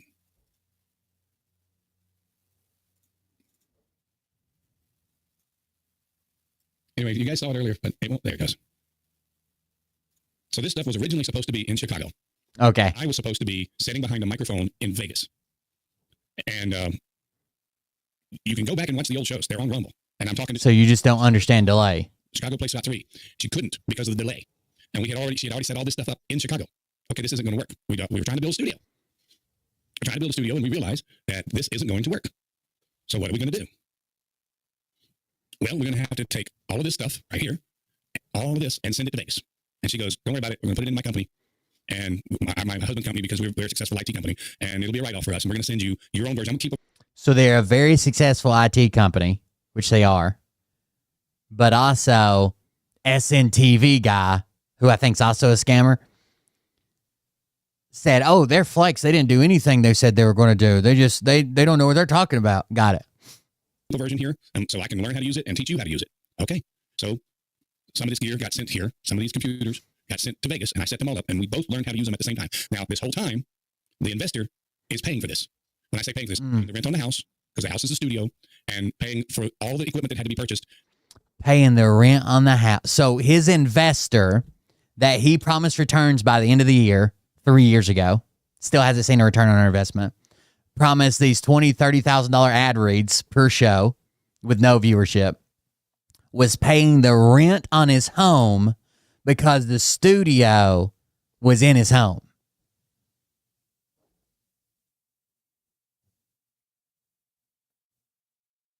Eventually, anybody would stop spending money if it's just fucking disappearing. No return on investment. They're not an investor anymore. You're a charity case. Because I didn't have any of this. I was a guitar player. But Bert will tell you, if they just went 1 month more, or maybe 2 more months, or maybe 3 more months, or maybe 4 more months, we'd have made it, and they'd have been receiving their checks. But because they backed out, we lost everything. He told me that return on investment would be $250,000 a year. Yeah, he fucking lied, dude. We had to go buy all this stuff. And it took us almost 10 months. I wish at the time I would have known all the bullshit he was promising to people. So I could have been like, okay, come the fuck on, right? Like big YouTubers don't all get $20,000, $30,000 ad reads. Right. Now imagine going to a brand new thing that no one knows exists. SNTV. Has anybody in chat, before I mentioned it or Bert mentioned it, have you ever heard of something called SNTV? And would you put that on the same level as something like YouTube? Which has better name recognition? SNTV or YouTube? And there are people that are 1,000 times his size, 10,000 times his size, that don't get paid $20,000 or $30,000 per ad read. Some of them might get $5,000 or $10,000 plus a percentage of like fucking revenue generated by their link or whatever. Right? I've gotten paid thousands of dollars for ad reads, not nowhere near $10,000. And usually that was pretty contingent on like a small amount for the ad read and a large amount for you guys downloading the app or purchasing something or whatever with my link. But imagine just telling I could get $20,000, $30,000 per ad read on a brand new website that doesn't exist yet, doesn't have an audience yet, and I'm going to take all 6 of the people watching me over there. To get it to the point where we were able to go live. And wild. We were finally able to go live. We had maybe 2,000 viewers is about what it was. 2,000 viewers of the people that had watched Brad and now watch me. Then Brad went off the air for a year. And those folks started watching me. So we had 2, 3, maybe sometimes 4,000 people watching my show. So then they pulled the plug. Just like what you just got through seeing with that other podcaster. This happens to them all. Phil Godlewski's fighting with this one, and this one's fighting with Scott McKay, and Brad had a big falling out with what's his name? I don't know, the redneck with the cowboy hat. I can't think of his name now. Tim Greer, but he goes by something else. Bonafide. So Brad has this big falling out with Bonafide. Oh, we did an event together that I was part of. You guys may have Balonafide, I think's his name. Brad called me and said, Bert, can I use your name and can I get a statement from you about what you had witnessed with Bonafide? I'm like, sure. I said, here's what happened. This is exactly what happened. I called Bonafide. I said, oh shit, Brad, exactly what happened. And that's between you and him. That's how y'all settle it. Bonafide got in touch with me and said, that's not how it was intended. It is what I said to you, but that's not what I intended. I said, okay, but I'm not lying. And I told him up front, I'm telling him what you told me. Me and Bonafide are still okay with each other. We still talk. He's always said, Bert, your podcast is never going to be crap. It's never going to be successful because you're not talking about, well, first of all, what he said was, it's too fancy. He said, yeah, you're never going to be successful because people like it to just be like this. People want you to be, hey, y'all, how you doing? I'm sitting here in my car and let me tell you what I found out today. He said, that's what they want. Take some advice, retard. If you're not going to do it like this right here, it's never going to be successful. Well, I had a contract with a company that says I need it to be like Fox News. Oh. And the contract was amazing. But that contract is gone and probably was never a real offer. It was going to make me more money in a year than I had made in the last 5 years. Okay. It was going to take care of my retirement. I was going to be able to do this until I was too old to do it, and I was going to be wealthy enough that I wouldn't have to worry about anything after 10 years of doing this podcast. Makes perfect sense. All over that offer. And I offered it to people. I said, come and get them. But did you ever think it was bullshit, dude? You were promising investors they were going to make $250,000 a year, and you didn't have viewers. You know how hard it is to take viewers from like YouTube or like I can't even get my viewers from Twitch to go to fucking TikTok or to go to Facebook or to go to YouTube. It has never crossed his mind that the entire fucking offer was just bullshit. The guy's inventing a brand new streaming platform. You're going to be the headliner of it. And you're going to be able to pay investors $250,000 a year. Not counting that you're going to take away, 5 times that at least? Involved with this. Help me get here. I'll give you a piece of it. And I was happy to invite people in and make them a part of the company. Why wouldn't I? Am I grifting because I tried to build a company and I invited people to get involved in it? And so here we are. And they're coming after me. And I've got my own investors going, man, don't, whatever you do, don't slap at the hornet's nest. Well, they're not hornets. They're flies. They're little pigs. Okay. I'm not afraid of them. So his own investors are telling him, don't fuck with those people calling you out. Just ignore them. No, fuck you. Keep sending me money. And I'm gonna fuck with them. And I'm never going to quit doing this. So there's got to be somebody out there that says, this guy's a freaking fighter, and I'm going to back the fighter. Okay. Because I've got to find somebody. I do. I've got a choice. Because if I don't, the only way they're going to get me out of here is to haul me out of here. But landlords have done that in the past, haven't they? Hell yeah, they have. kicking and screaming, 5 months behind on rent. They've drug your ass out of there. Yeah, pre-stock. I remember someone telling me that and sending me some information on it. Pre-stock in a private company for $600 per share. That whole thing was a fucking scam. I'm about to face that again. So I'm not surprised that there aren't many comments, but I want to make sure that if you do have any questions or anything like that, I'm going to get on with the news now that I've taken up some time. Thank God. The entire weekend Half the show. And thinking about this and trying to decide what it was I was actually going to do about this. And I just did it. I hope it was okay with y'all. Today in the White House, the president. Not a single comment. Another foreign dignitary, this time. The president of El Salvador just said that he will not be returning Kilmer Aguero. Not going to do it. Aguero. And even though the Supreme Court said Kilmer Aguero. He will not be returning Kilmer Aguero. Got it. Well, he said, Supreme Court doesn't control my country. This dude's in my prison now. That's where he's staying. He broke our laws, and he's in our prison. So let's check out the... Well, he didn't break any laws in El Salvador. He was literally sent there to be a prisoner for no reason at all. What law did he break in El Salvador? He hasn't been there since he was 16. This incredible scene in the White House this morning. Agrego. President Trump is just the greatest at this stuff. I mean, they're just... Kilmer Agrego. Well, I'm supposed to not suggesting that I smuggle a terrorist into the United States, right? How can I return him to the United States? Like, I smuggle him into the United States, what do I do? Of course, I'm not going to do it. It's like... You know they've already returned like 8 people, right? They've already returned like 8 people that were sent there because they weren't from Venezuela like Trump promised. They were actually from other countries. And El Salvador doesn't have bad relations with neighboring countries. So they already sent those 8 people back, right? The question is preposterous. How can I smuggle a terrorist into the United States? I don't have the power to return him to the United States. Yeah, but I'm not releasing... I mean, we're not very fond of releasing terrorists into our country. You just turned the murder capital of the world to the safest country of the Western Hemisphere, and you want us to go back and go back to being the murder capital of the world. That's not going to happen. That's not going to happen. Criminal, yeah, I mean, there's a fascination. They would love it. Yeah, they're sick. These are sick people. Yeah, I mean, Stephen, I don't understand what the people. This individual is a citizen of El Salvador. He was illegally in the United States and was returned to his country. That's where you deport people back to their country of origin. Except for Venezuela, that wasn't refusing to take people back or places like that. I can tell you this, Mr. President. No, the foreign policy of the United States is conducted by the President of the United States, not by a court. And no court in the United States has a right to conduct the foreign policy of the United States. It's that simple. End of story. And that's what the Supreme Court held, by the way. To Marco's point, the Supreme Court said exactly what Marco said. That no court has the authority to compel a foreign policy function in the United States. We won a case 9-0, and people like CNN are portraying it as a loss, as usual. They did not win 9-0. I don't know how they're putting this spin on it that they won the Supreme. The Supreme Court said, yeah, they made a mistake. What they did was illegal. If we let it stand, they could do this to U.S. citizens. They need to facilitate the return and make sure he doesn't face it. He should face our immigration system as if this never happened, as if you never made this illegal mistake. Because they want foreign terrorists in the country who kidnap women and children. But President Trump, his policy is foreign terrorists that are here legally get expelled from the country, which, by the way, is a 90-10 issue. A 90-10 issue. So the president of El Salvador said, no, we're not sending him back. So I don't know what...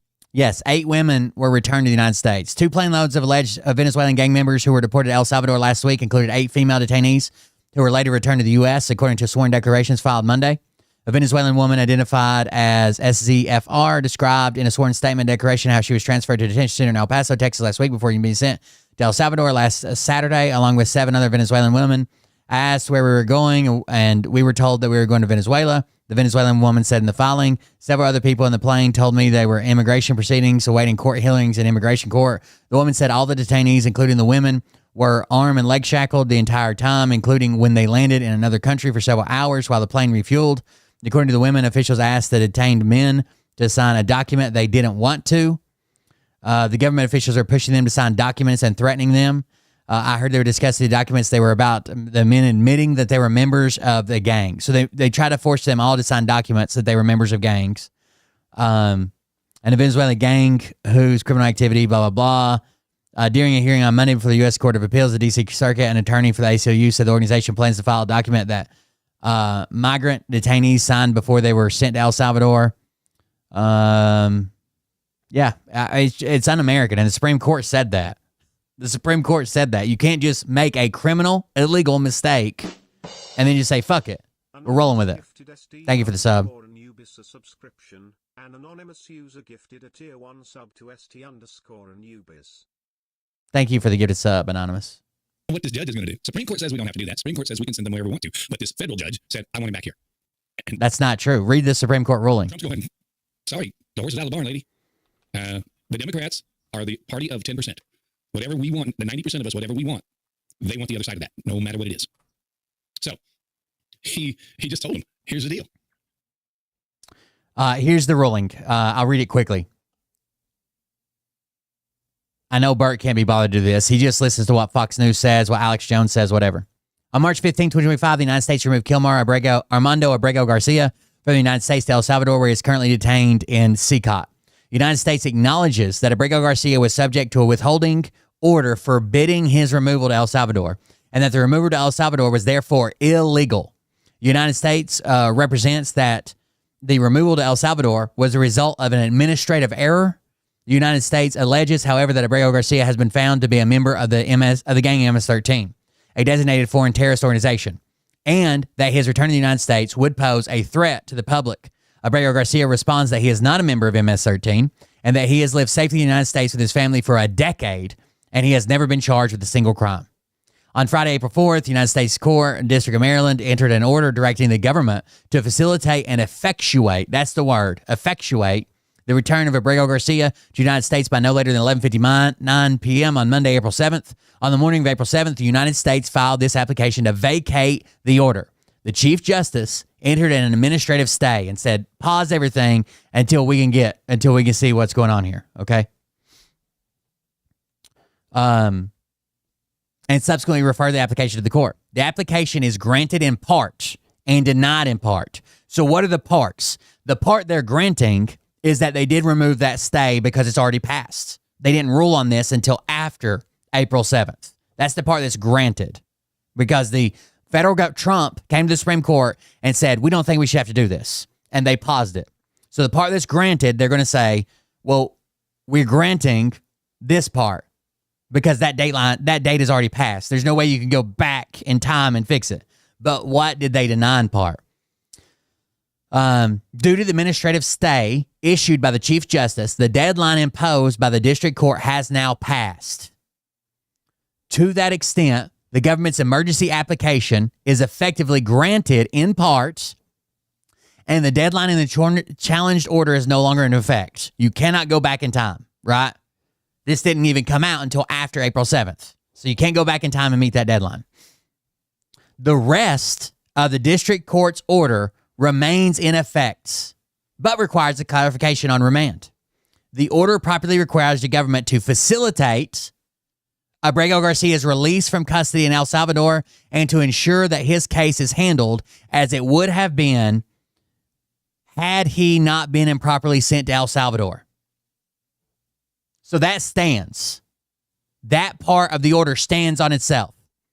The order properly requires the government, Trump, to facilitate Abrego Garcia's release from custody, so out of prison, in El Salvador, and to ensure his case is handled as it would have been had he not been improperly sent to El Salvador. If he hadn't been improperly sent to El Salvador, how would his case have been handled? It would have been handled here in the States with his lawyer in front of a United States judge. The way he was doing, he was checking in every month. He's part of a union, and he would have been in front of a judge. Now, to the part that they needed clarification on. The intended scope of the term effectuate in the district court's order is, however, unclear and may possibly exceed the district court's authority. The district court should clarify its directive with due regard for the deference owed to the executive branch in its conduct of foreign affairs. So the word effectuate, you're right when you say they need to facilitate it, right? That he's released and that his case is handled just like it would have been if he was standing right here today. But when you use the term effectuate, we don't know what that means. We can't say if that's overstepping or not overstepping. Please clarify the term effectuate. For its part, the government should be prepared to share what it can concerning the steps it has taken and the prospect of further steps. The order hereto entered by the Chief Justice is vacated. Statement of Justice Sotomayor and Kagan and Jackson join respecting the court's deposition application. Now listen very closely. This is the important part. United States government arrested Kilmar Armando Abrego Garcia in Maryland and flew him to a terrorism confinement center in El Salvador, where he has been detained for 26 days and counting. To this day, the government has cited no basis in any law for Abrego Garcia's warrantless arrest. They didn't have a warrant for his arrest. His removal to El Salvador, no legal basis for that, or his confinement in Salvadoran prison. Why is he serving time in that prison? He didn't violate a crime. He didn't commit a crime. We knew he was here originally illegally. He's been checking in every month. He has a stay to be here because there are gangs in El Salvador trying to kill him and his brother. Nor could it. When they asked, can you prove these things? That you should have arrested him, that you should have deported him, or that he should be in an El Salvador prison. Nor could it, they said. The government remains bound by an immigration judge's 2019 order expressly prohibiting Abrego Garcia's removal to El Salvador because he faced a clear probability of future persecution there and demonstrated that El Salvador's authorities were and would be unable or unwilling to protect him. He had a gang after his family, okay? After his parents and after him and they said they would kill him and his brother. The government has not challenged the validity of this order, the application to vacate injunction. Instead of hastening to correct its egregious error, the government dismissed it as an oversight, in quotes. The government now requests an order from this court, the Supreme Court, permitting it to leave Garcia, a husband and a father. So Trump is coming to this court to ask us to say it's fine if you leave this man, a husband and a father without a criminal record, in a Salvadoran prison for no reason recognized by the law. That's what Trump is asking. The only argument that Trump offers in support of its request that United States courts cannot grant relief once a deportee crosses a border is plainly wrong. And then they cite a bunch of cases of where they've actually brought people that were deported back here to face court. The government's argument, moreover, is plainly wrong. They cite Rumsfeld v. Padilla and Boumediene v. Bush. The government's argument, moreover, this is very important, okay? They're saying Trump's government's argument. The reason I'm saying Trump is because the government is also the Supreme Court's the government. So I'm using Trump for that side of the argument. Trump's argument, moreover, implies that it could, if we let this stand and don't bring him home, Trump's argument implies that it could deport and incarcerate any person, including U.S. citizens, me and you, without legal consequences, so long as it does so before a court can intervene. The Supreme Court is saying, if we don't fix this, then the Trump administration would think that they could take U.S. citizens, put them in a foreign prison for no crime, pick you up, you're in a prison in fucking Guatemala, wherever. For no crime, you're not charged with a crime, no due process, you don't see a judge, there's no evidence, there's no witnesses, nothing. You're just put in a foreign prison. As long as a court doesn't jump up in your favor and say, whoa, where are you sending Will? You can't do that. He goes on to say, that view refutes itself. We know this isn't true. We know it isn't true that they can just pick up anybody off the street and put them in a foreign prison or a prison in the United States. Right? They have to due process. They have to go through. They have to have a trial. They get heard by a jury of their peers. Because every factor governing requests for equitable relief manifestly weighs against the government, I would have declined to intervene in this litigation and denied the application in full. So this person is saying I wouldn't have even put the stay in.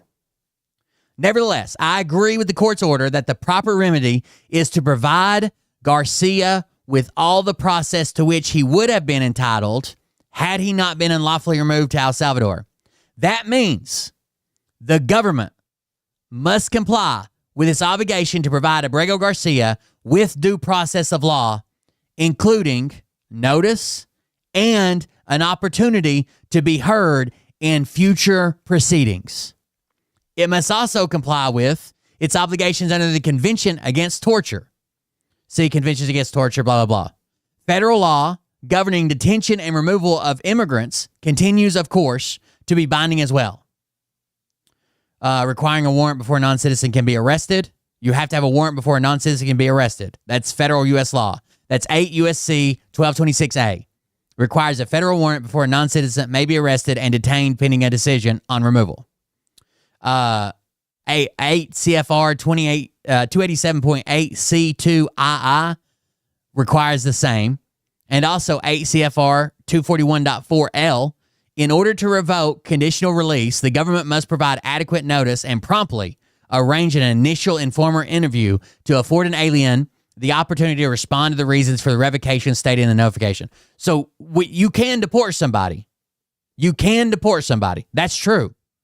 But you have to provide them notice, and they have to have a chance to see a judge. Same due process you get. You can go talk to a judge.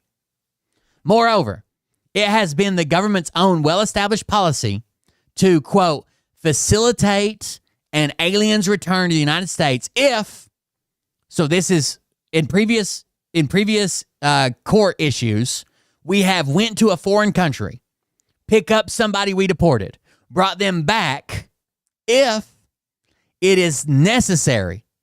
The alien's presence is necessary for continued administrative removal proceedings. So we have literally went to foreign countries. That we fly to China, pick somebody up, bring them back to the United States, and put them in front of an immigration judge.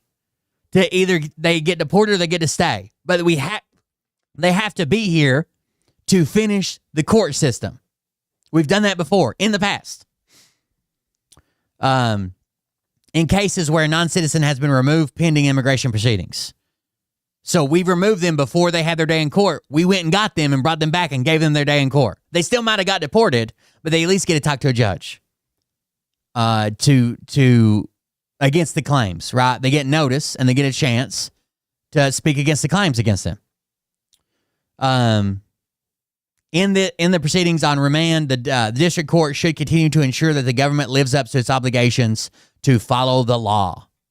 So the Trump administration treating this like a win, the only slight win they got was that the deadline expired. But that was because the Supreme Court was talking about it. They were going over it. It did expire, right? The stay went in the morning of the deadline.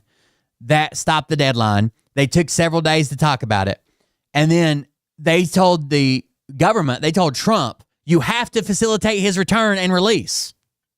Now, the court, you need to clarify what effectuate means, but they do have to facilitate his return and release. And the fact that Trump is ignoring the Supreme Court after he specifically said, oh, the Supreme Court says bring him back, I'll bring him right back. And he's not doing that is fucking wild, dude. Anyways, I read the entire, it's just 4 pages. And you can't say shit about liberal judges. You can't say shit about Republican judges. This was 100% unanimous. Every red judge and every blue judge said that rightfully so, they have to facilitate the release and return of him from El Salvador and from the prison, just like this mistake, this illegal mistake they made, never happened.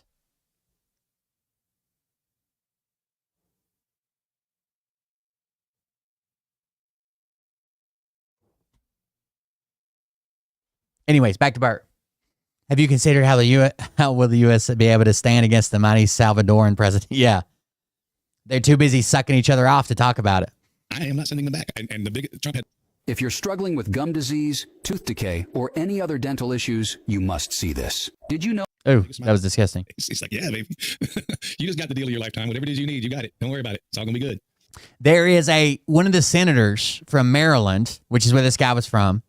By the way, the only evidence they had that he was part of MS-13, I know people keep saying that, even the police didn't seem to really believe, right? They have them sign paperwork to say they're part of a gang, but basically forcing them. You can't take a forced confession, right? I can't torture somebody till they say they're the murderer. But the only evidence they had is he had a Chicago Bulls hat, and some unnamed anonymous source, informant, said that he was the leader of MS-13 in the state of New York.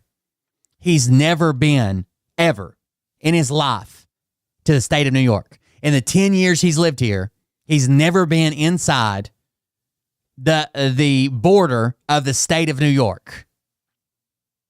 So how is he the leader of a gang in New York with no criminal record for 10 years? He's in the goddamn sheet metal union, for Christ's sakes.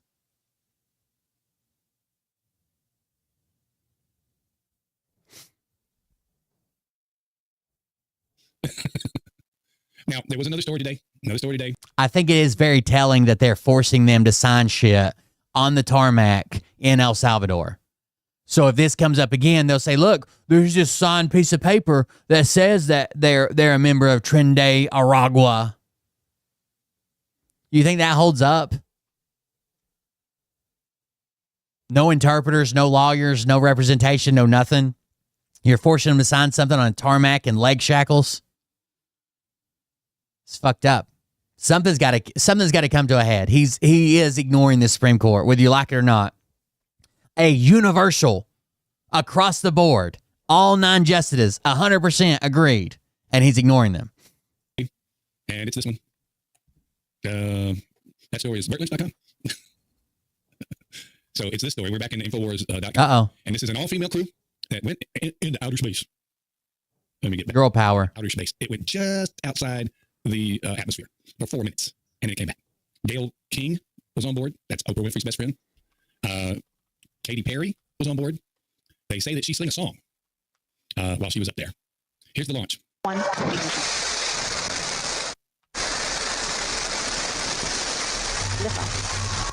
New Shepard has cleared the tower. Now, can I ask you a question? This is an all-female crew right here in this rocket. Can anybody tell me what that rocket looks like?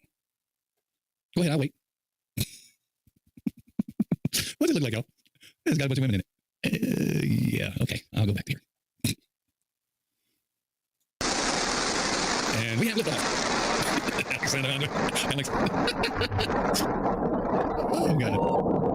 There it goes. And they call it the Blue Origin. That's the Blue Origin. And they got the blue, what you call it, going up into the blue space. Oh, God. Off we go into the wild blue beyond. It goes right to the Kármán line, which is basically what we use to decide like the Earth's atmosphere from space, right? It's about 62, 65, I can't remember, so many 60 some miles off the planet. Flight now. Everything has been smooth this far. Now, I'm being funny, but trying to be funny, but you guys get it. If you didn't watch any of this, I got to play some more of it for you. So now this is them in outer space. Okay, fisheye lens. You can spot the fisheye lens so that the curve. Okay. Like a curve. Let's watch. They're fucking weightless. Who gives a fuck about the fisheye lens? How do you explain them being weightless? Got it? 1, 2, 3, take up space! I don't even know if I would argue the fisheye lens. I would argue that the windows are curved. If I was a flat earther. Fisheye lens. And she brought a flower. Flynn, I got you. Flynn. Gotcha. Proud of you, Flynn. Flynn, can I get that? Oh, the moon. Bert's a flat earther, by the way. The moon. I'm stopping it and backing it up, guys. Take a good long look at this fisheye lens that makes it look curved. When I played DeGrasse Tyson for you. Why isn't everything else curved? Why is this a perfectly straight line here and a perfectly straight line here? Wouldn't all these be curved as well? Through that fisheye lens, they would. I know I don't expect Bert to know that, but they would. Guys, the other day. Any straight surface would have a bow to it, and you could calculate how much you should have a bow to it. Where he said, there's absolutely no way to see the curvature of the Earth from only 10 miles up. You can't. But they're not 10 miles up. Where did you get 10 miles up at? That's where the Red Bull guy jumped off the fucking plane from. Where did you get 10 miles from? They use that fisheye lens. Now, he's not, and he doesn't say the Earth is flat. He says it's round, but you've got to be much, much higher than just 10 miles up in order to see the Yeah, like 62 miles. That's how big the Earth is. It's a very slow curve. curvature. Tyson says that, okay? This is not me saying that. That's Tyson. That's why people say, Bert, you're a flat earther. No, I'm a truther. I'm a truther, and the truth is, you can't see the curve. No, it wasn't Travis Pastrana. It was that other guy that jumped off the space balloon. What was his name? The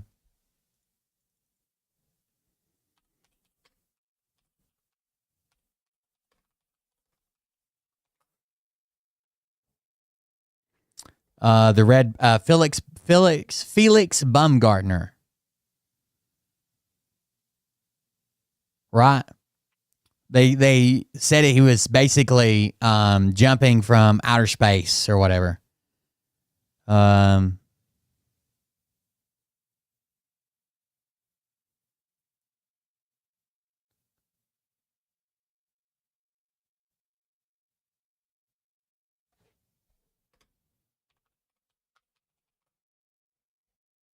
He was about 20 miles, I guess. 20 miles, somewhere around there. Curvature of the Earth from 10 miles up. They've sent up balloons that high and sent the pictures back. So you're seeing a fisheye, but let's just keep watching the clown. Oh, the balloons. He thinks they've sent up balloons this high. This is the Kármán line. That's amazing. That's what we use. Oh my gosh. Oh my god. Oh, that's our cute moon. Okay. Now it's time to get this. Oh my gosh. Oh my gosh. So much. This is, you're going into outer space, and this is what you're going to do. Whoa, that's amazing. I'm glad that this was funded by a private company. This was the guy that paid. So basically, the Kármán line is about 100 kilometers, if we use kilometers, which is like 60 some miles. And it's basically where conventional wings won't produce lift anymore. And that's the start of space, basically. Bezos, who owns Amazon, is the one paying for this. And I'm very glad that we didn't pay for a nickel of this. Now let's watch the vessel come back. 8 miles up, 42,000 feet. You'll see a puff of smoke when it touches down. A puff of dust. That should be as normal. A puff of dust. Puff of dust. Air cushion that will kick up the dust. It's a very soft landing despite the sporty perception. There it is. There's all, not a conservative in the crowd, you guys. Not a conservative. It's all liberals. It's all Oprah and her friends. There's not a conservative in the crowd. Let's keep watching. Who cares? Keep playing. Come on. Congratulations and welcome back to Earth. Now, what I want to point out to you is everybody today covered this. Every single platform from MSNBC, CBS, ABC, all of them covered this. Oh, is he going to talk about the door opening? We're making fun of it. So the door opens beforehand from people on the inside. They actually have a big lever to open the door in case of emergency, right? Like people can't get to them, whatever. They didn't want that to be the shot of them walking out. So when they open the door, they're like, wait, we're going to open it from the outside. And that'll be the shot where you all come out when the media is here and all that stuff. So yeah, the people on the inside turned the knob and opened the door. They just cracked it. And the person's like, wait. We want to open the door from the outside and get the the public shot, right? Nobody covered Elon Musk rescuing the so-called astronauts that were stranded. Are you retarded? No one covered the astronauts returning home? That's your stance. That no one covered the astronauts returning home.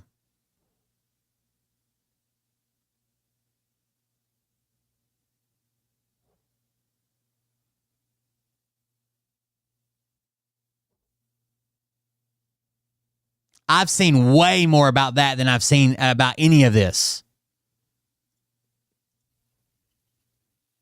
Good thing you showed this. I would have never seen it otherwise. Lapel. The question was, Lapel says they paid big bucks for 4 minutes. Yes, they did. $1 million each. The other question is, are you related to DLM? Dude, I'd do it. Like, if I had money to burn, I'd fucking do it. You're never going to get another chance to do this, to see it. It's Michael Lynch. No, I'm not. Although we do look like we could be related, if you agree or not, if you know what he looks like. He lived in New York before he moved to Florida. I lived in New Jersey before I moved to Florida. And I have actually been to an event of his before I knew who he was. It's not an event of his, I'm sorry. It was an event that happened here in Las Vegas several years ago, where a farmer, a rancher, was being forced off of his land because of political issues. And oh, God. The farmer or the rancher decided to hold a rally. What were their name? The Bundys or something? And you may remember that the federal government showed up to evict him off of his land over, I think it was... Wasn't it? It was BLM land. Water rights, and it was also rights to do with the fact that he, for years and years and years, he had been... It wasn't his land. It was BLM land. They had all his cattle on and shit. And he had been rezoned, reclassified. So I can't remember. He also owed like 10 years worth of taxes he hadn't paid. Public land from the Land Bureau Agency, the Land Bureau Agency, the LBA? Management. And Management. The LBAM, the LBAM. All of a sudden, Obama wanted him off. And so we went out there to support him. I was one of the people that sang, I Did Raise Up a Glory. And then there was a standoff between the Cowboys and the feds, rifles pointed. The Cowboys were lined up on a overpass, and the people were coming up, land management people, feds were coming up on horseback, and they were going to run everybody off. And there was a standoff. And there was this one guy that went down there with a camera and a microphone, and he was doing it back and forth and trying to keep everybody from shooting each other. Well, it turns out that was Dennis Michael Lynch. And he's done several films about that. He's a podcaster now. He used to do a walk and talk on Facebook until Facebook silenced him. He went through exactly what I'm going through now by getting shadow banned and by getting attacked by haters and all that stuff. But because he was already a very successful filmmaker, he was able to finance his own website, his own studio. And so basically, what actually happened is the Bureau of Land Management basically gives them rights to they don't have a whole lot of pasture land. So the BLM owns a lot of pasture land all over the place, right? They own these huge swaths, and out in the Southwest, right, there's not a lot of area to graze and water and shit like that. So a lot of times farmers are allowed to put their cattle on BLM land, and they're tagged, they're stamped, they're whatever, and they're allowed to graze there. Well, the Bundys didn't like a change in the rules with BLM. So, in 1993, they stopped getting their permits for grazing on BLM land. Okay? So in 1993, they stopped getting their permit, which they had always gotten before, to graze on this, and it helps pay for the rangers and keeping the land up, whatever. They stopped paying for their permit. In 93. Then they started going around telling people that the federal government lacks any constitutional authority to own land, and everybody should try to stop paying for their permit. So this was taken to court, okay? And they lost. So in 1998, the Bundys, the U.S. District Court, the District of Nevada, stepped in and said, hey, you can't have your cattle on this land because you abused the system. For 5 years, you didn't get a permit, right? And you continue to use it, and you're rallying against, you tried in court, you failed in court, so you're not allowed to use this land. They continued to use it for years. And finally, there was basically a lockdown of the federal land, was temporarily closed to capture, impound, remove the cattle that were trespassing. Okay? So the Bundys show up and said, they stole our cows, they're trying to destroy us, and they have no right to blah, blah, blah. And they're like, all you got to do is pay the fine. Pay the fine, pay the fine, pay the fine, pay the fine, right? That's all you got to do. You should have got your permit. You got to pay the fine. Instead, they would rather fight and rally people to their cause and pretend like the BLM has been harassing them and trying to kill them and blah, blah, blah. They're so fucking crazy. A couple years after this, one of their sons gets in a shootout with fucking park rangers at a completely different location. Like they're fucking lunatics. But they went without this for what is that? That's 93, 2003. They spent 20 fucking years violating this, and every year they were told, like, hey, if you don't get a permit, you're not supposed to be using BLM. Everybody else has to get a permit. This isn't fair. The court ruled against them. They still spent 20 fucking years violating this law. Finally, the government moves to enforce the law, and they're like, they're abusing us. It's fucking crazy. I was caught up in it back then. That was during my MAGA phase. And I was like, that's right. You can't take that man's cattle. Like I knew any fucking thing about it. He and his family moved to Florida, where the laws are better and there's no income tax and all that stuff. And he's created a Dennis Michael Lynch, which I'm part of his. I follow him, and I get a newsletter from him regularly. He doesn't know me, but if you go look at him, it looks like we could be cousins. But that answers your question, lapel. So this is the thing that happened today that was covered by. They paid the permit from. It's not like they didn't know about the permit or was new. They've been paying the permit since like the 50s until they wanted to protest. Everybody, because it was a bunch of liberals, and it was the Elon Musk thing was covered by almost no one. And that this is them coming out of the spaceship. They were only up there a total from the time they left the ground, to the time they're back, it was less than 12 minutes. They didn't like. So there's some type of turtle that lives out there. I remember there's some type of turtle that lives out there, and that was what some of the rule changes were like around the conservation of this endangered tortoise or some shit. They didn't like that. That was what they were protesting, and then quit paying, and then try to get other people to quit paying. It was a whole deal. They don't tell you about none of that. They just act like Bert says. They had cattle on their own land, and the government come in and took them from them. No, that's not what happened. And look at their behavior when they got back. Owed like $1.2 million in fees by the time he spent 20 years doing this. Unbelievable. That's like, well, she kissed the ground. You can say that's like cringy, right? But that's like what people do. I'd probably do it, right? It's like a thing they do. They were screaming. They were hollering, panicked as the thing was landing. And here they are. Thank you so much. We love you. We love you. Bring us back safe. We're so grateful. Thank you so much. They're actually saying thank you to the rocket ship. Okay, they're standing in front of the giant penis and saying thank you for letting us come back. Bert, you ought to start a comedy show. We love you. We love you. A tour. We're so grateful. Maybe. Counting on you. We're counting on you. We believe in you too. Oh, Thank you for helping us heal. 3, 2, 1. Take it out safe. Where's Carrie Ann? Okay, let's see if she's like it. Go in a second. You see the difference? Harry saying, it's a wonderful world. He's so bitter about everybody doing everything. The whole time. We wanted to sing the whole time. And she wouldn't sing. She goes, I don't want it to be about me. I want it to be about the spaceship, about the giant penis. So, and I like that Jan, which says they didn't have to go. They're lost in space here on Earth. Let's see if I can do this here. No, that's not it. Let me see. It's been too long. Yeah. Okay. So they saying it's a wonderful. I got it. She did. So I'm gonna do it for you. I got it. Late great Louis Armstrong. As these skies are blue, red roses too, they all bloom for me and you. And I think to myself, what a wonderful world. Yes, I think to myself, what a wonderful world. Oh, yeah. Louis Armstrong, second one for, that's what they did.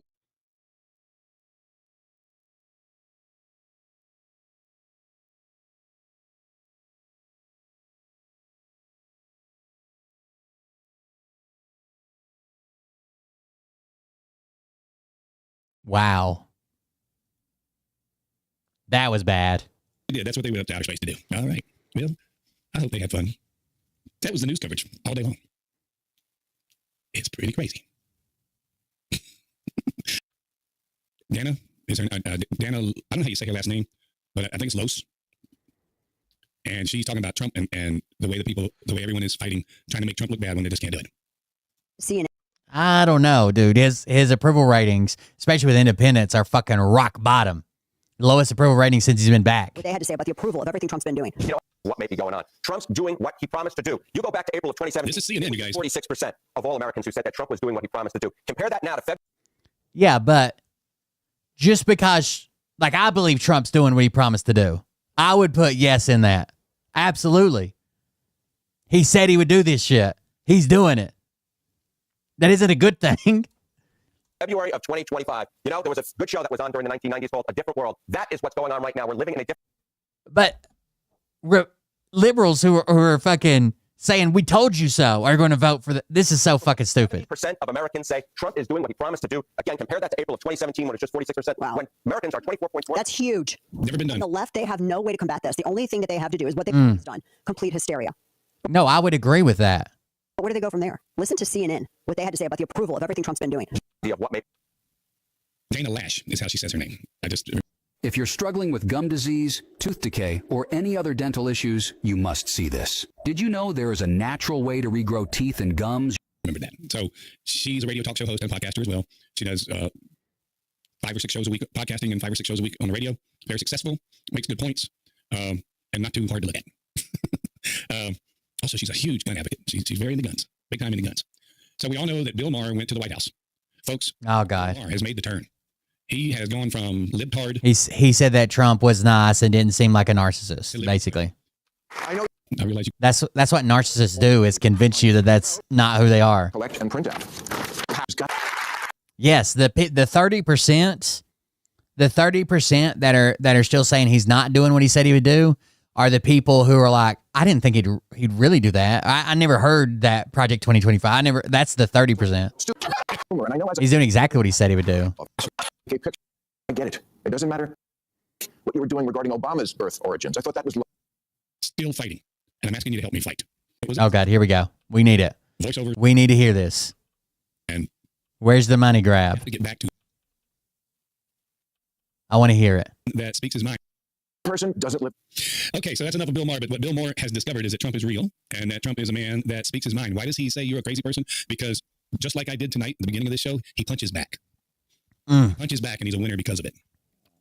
And it's what I'm going to have. 28 negative votes now. He punches back. For me to do that, folks, and that's if you help me.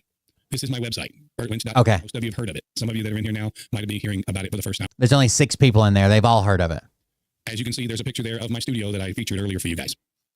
And we have to get back to that situation.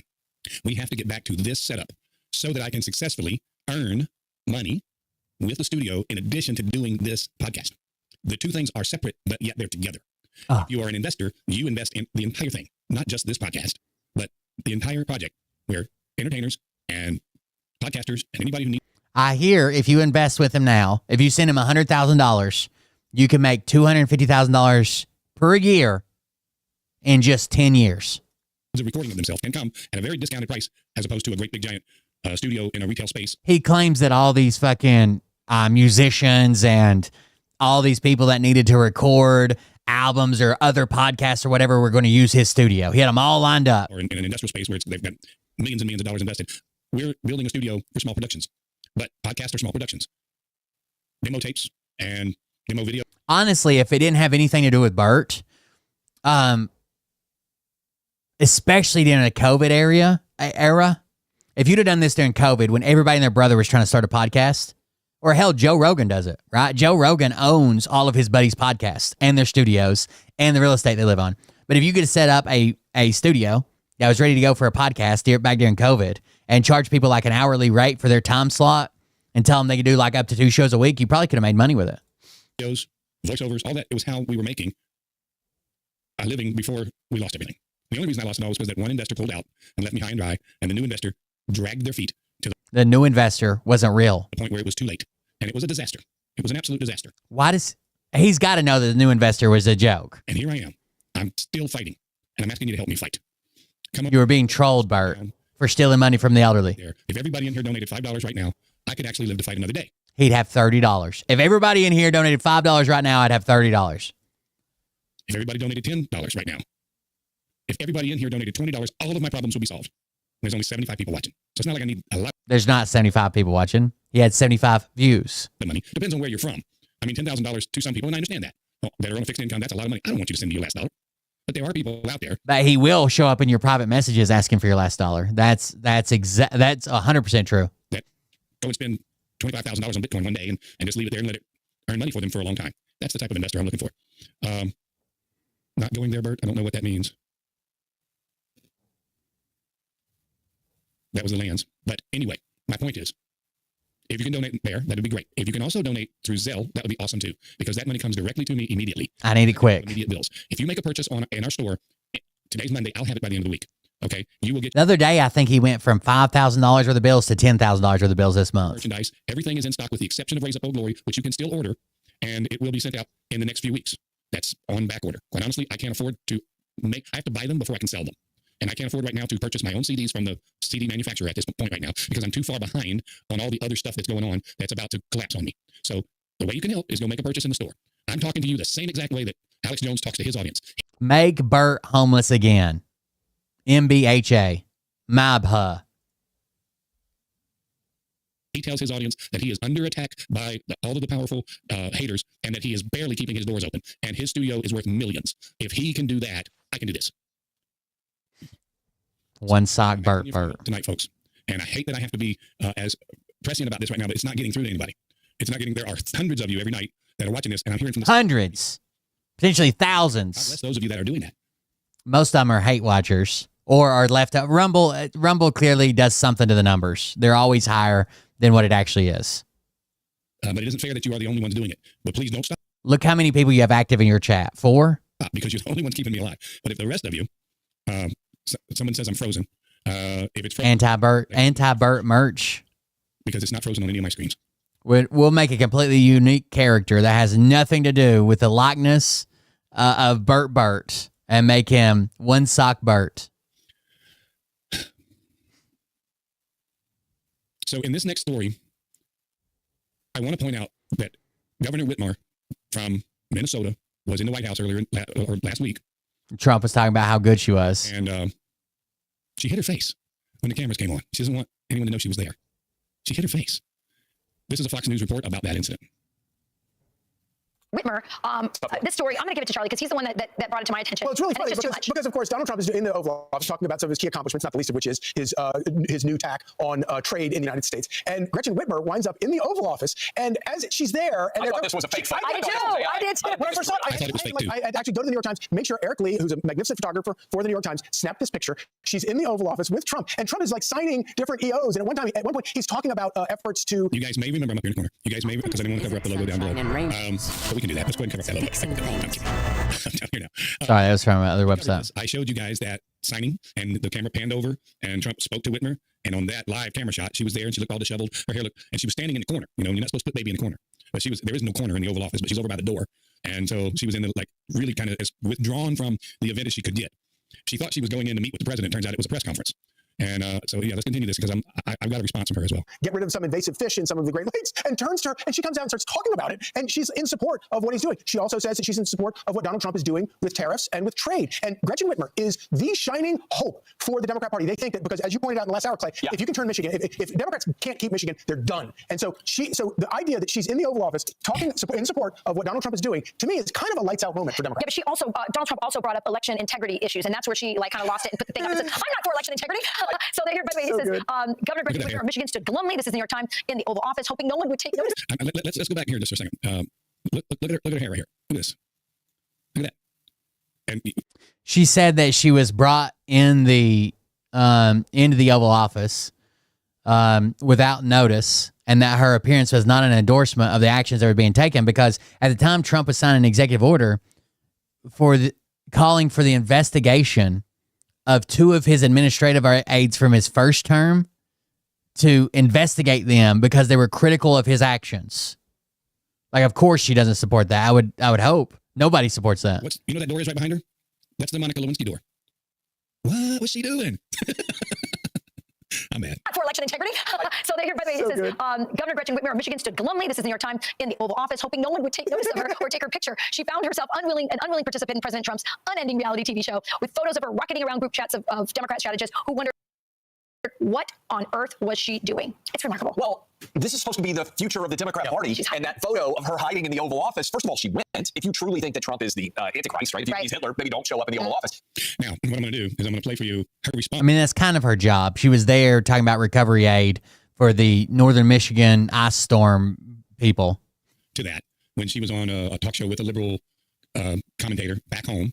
This is the Channel 4, the local Governor Whitmer. It's her job to discuss it with the president. If she has to go there, she has to go there. The news coverage? The news coverage? Yeah. And the next morning I woke up and there you are in the paper. Beautiful picture of you. You asked me what was going through your mind at that moment, and it was, I don't want my picture taken. That's all it was. I kind of wish I hadn't put my folder up in front of my face, but whatever. You know, I was there. I mean, I just wrote a book about learning to laugh at yourself, so I'm pretty good at it. And we all make, we all have our And that's odd because you've had so many facelifts that you almost can't laugh.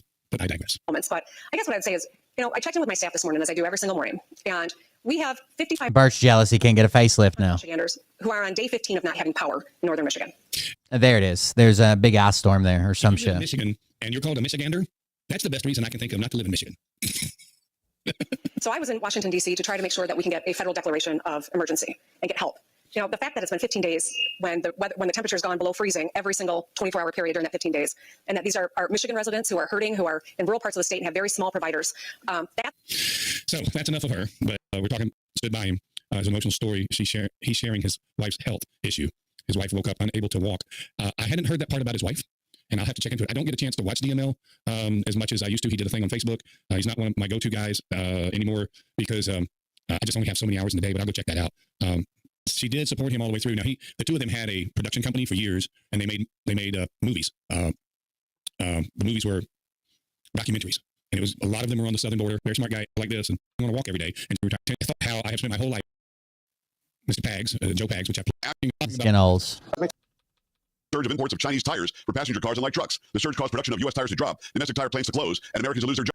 They keep showing this clip of Obama talking about tariffs to China and talking about bringing manufacturing. Yes, limited, not across the board. No one's ever went with across the board tariffs to anywhere. Manufacturers and workers, him that when he always be grateful to those of you that are helping. I mentioned earlier about how here we go again. 4 or 5 people ever step up and help. One of those people just did it again. A donation. God bless you for that. This will help. But I hate that it has to be the same 4 or 5 people every time. And one has said no more. And that was the one that was helping the most. And so I've got to make that up. The one that was helping the most finally said no more. It's going to end. Thank God. I get locked out of this room, just like I got locked out of the other house. I don't want to have to take all this gear and sell it.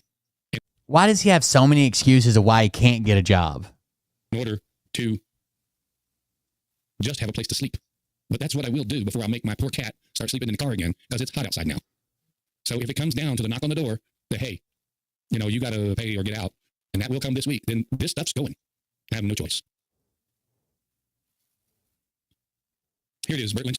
For anyone struggling with God damn. do not What a sob story, bro. type 2 diabetes. .com. Come on over here if you can. Subscribe and make a donation if you can. I don't want you to donate if it's going to hurt you. I don't want you. Has he ever addressed why his logo is all Asian? In your last dollar. I don't want. Looks like Donny Osmond. I don't want you to do without a meal. I don't want you to do any of that.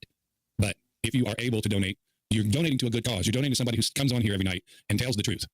I come on here every night and I show you what is actually happening, and I share it with you, and I let you comment about it, and I let you talk about it. And the store is right here. You can go down and check out any of these items are available except for the CD and the teddy bear, but it'll pop up and say those are not available at the moment. So that's something that you can really do to help. Okay. Just want to show that to you one more time. Now I want to share something kind of funny. This is something that popped up in my feed, and it says 13 reasons why you can tell that you're from Las Vegas. And I thought you guys might enjoy this because this is so much the truth. Just so the truth. Here are 13 signs you live or have lived in Las Vegas. Number 13, 3 days after moving in, you're also saying we're full. Number 12, it's the stratosphere, not the strat. Yes. Number 11, your dislike for California grows every night. Number 10, traffic cones are now your friend. Number 9, tipping is expected, not just the kind thing to do. Yes. Number 8, you know to avoid the Vegas Strip for several reasons. Number 7, it doesn't matter if you live in Henderson, Paradise, Summerlin, North Las Vegas. When someone asks, you say Las Vegas. So Number true. 6, as long as you can see the Luxor Light or the Strat, you can find your way home. 100%. Everywhere you go, there's a slot machine. Yep. Number 4, you remember the TI Pirate Show, the Merlin Dragon Show, and the rest of the family-friendly era of Las Vegas. Number 3, you know at least one magician. I know Number 2, 20. you use the phrase, it's a dry heat though. It is Before a dry number 1, here's a few honorable mentions. A staycation is actually pretty common. You had to answer if you live on the Strip or not. You are now officially a foodie. And we all know going to a Vegas pool is okay, but getting in the pool, not so much. And the number 1 sign you live or have lived in Las Vegas, you get physically ill when someone says Nevada instead of Nevada. I moved to Nevada. I moved to Nevada. So true. Every bit of that's true. And I bet you Lioness agrees with me because she lives here. I bet that relates to all of your viewers who don't live in Las Vegas. Too. Oh, man. It's good. It's good stuff. These people all make a lot of money posting these things. I could go out on the strip and just do man on the street and post 1-minute videos on TikToks and probably be doing much, much better than I am now. But I'm trying to help save the country. I'm not just... Oh, I thought Trump was saving the country. What do you have to do now? Trump's there. He's in charge. He's taking over. He's doing his thing. What are you saving now? Trying to use the internet to become famous. I'm trying to promote patriotism and conservatism. But every time he talks about, oh, if I had 300,000 viewers, my troubles would be solved. I'm not trying to become famous. I don't want a bunch of viewers. But if I had 500,000, if I had Brad Barton's audience, if I had, get the fuck out of here. And I'm trying to do it in a way that's a little bit entertaining and a little bit informative. So I'm kind of like Donnie and Marie. Osmond? Liner says it's okay the way Tom Jones pronounces it because he has an accent. It's different. His accent's different. He says he says Nevada. Crazy Goose or what everything's going to be all right says what part? I'm not sure what that means. I don't know if you were talking to me or not, but what part? Crazy Goose. Gotcha. They're talking to each other. Got it. Well, folks, it's that time again. I thought I'd share this with you. He's too good for that. Well, only when they're paying his cancer and medical bills. Let's try again. All right. You got it. Any sound? Nope. No reason at all. Facebook. Look, the tab is muted. You guys see that? Hold on. We figured it out before Bert did. Let me show you. The entire tab is muted. What are the chances Bert figures it out? What are the chances Bert figures it out?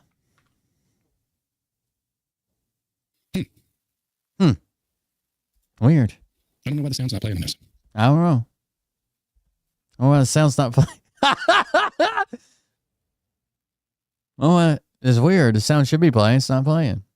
Wonder how the sound works over here. Oh, he's going to open a new tab.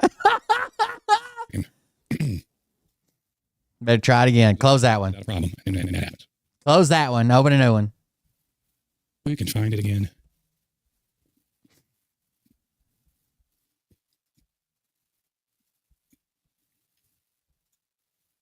You're getting banned for that dumb shit, by the way. Good job. I love you. Can I get an I love you? Had to open a brand new tab, baby. To get dogs to say I love you. I love you. I love you. Folks, can I get an I love you? Our pets are angels without wings. That's what they are. And if they could talk, they would tell you they love you, because they do. And apparently some of them can. I used to have a cockatiel that would cuss me out. If I turned out the lights, turn those damn lights back on. Oh, man. And that cockatoo could whistle the Andy Griffith theme. And did it all the time. His name was Rocky. I had two of them, Rocky and Sylvester. You never want to have one cockatiel. You got to have two of them, because they'll go crazy if they don't have company. Anyway, thank you so much tonight for tuning in and for staying for so long. I made it. Wow, what an interesting fact with Bert. For sure. Follow me. Another horrible show with Bert. Thank you for sitting around through it with me. I appreciate it. Guys, if you want to support the show, please do it at coldbeer.fund. I'm like Bert. We're not doing great financially, but we're getting by. But if you can support the show, if you want to keep it going, do that at coldbeer.fund, coldbeer.fund. All the donation links are there, as well as if you want to just check out some other social medias, Twitch, Kick, YouTube, Twitter, Instagram, Telegram, Facebook, TikTok, Rumble, and Discord links there. Come join us on Discord. Hang out with us. I check it probably 10 times a day while I'm doing other things. So thank you guys for joining us. Thank you for being here. You guys have a good night, and I'll see you in the next one.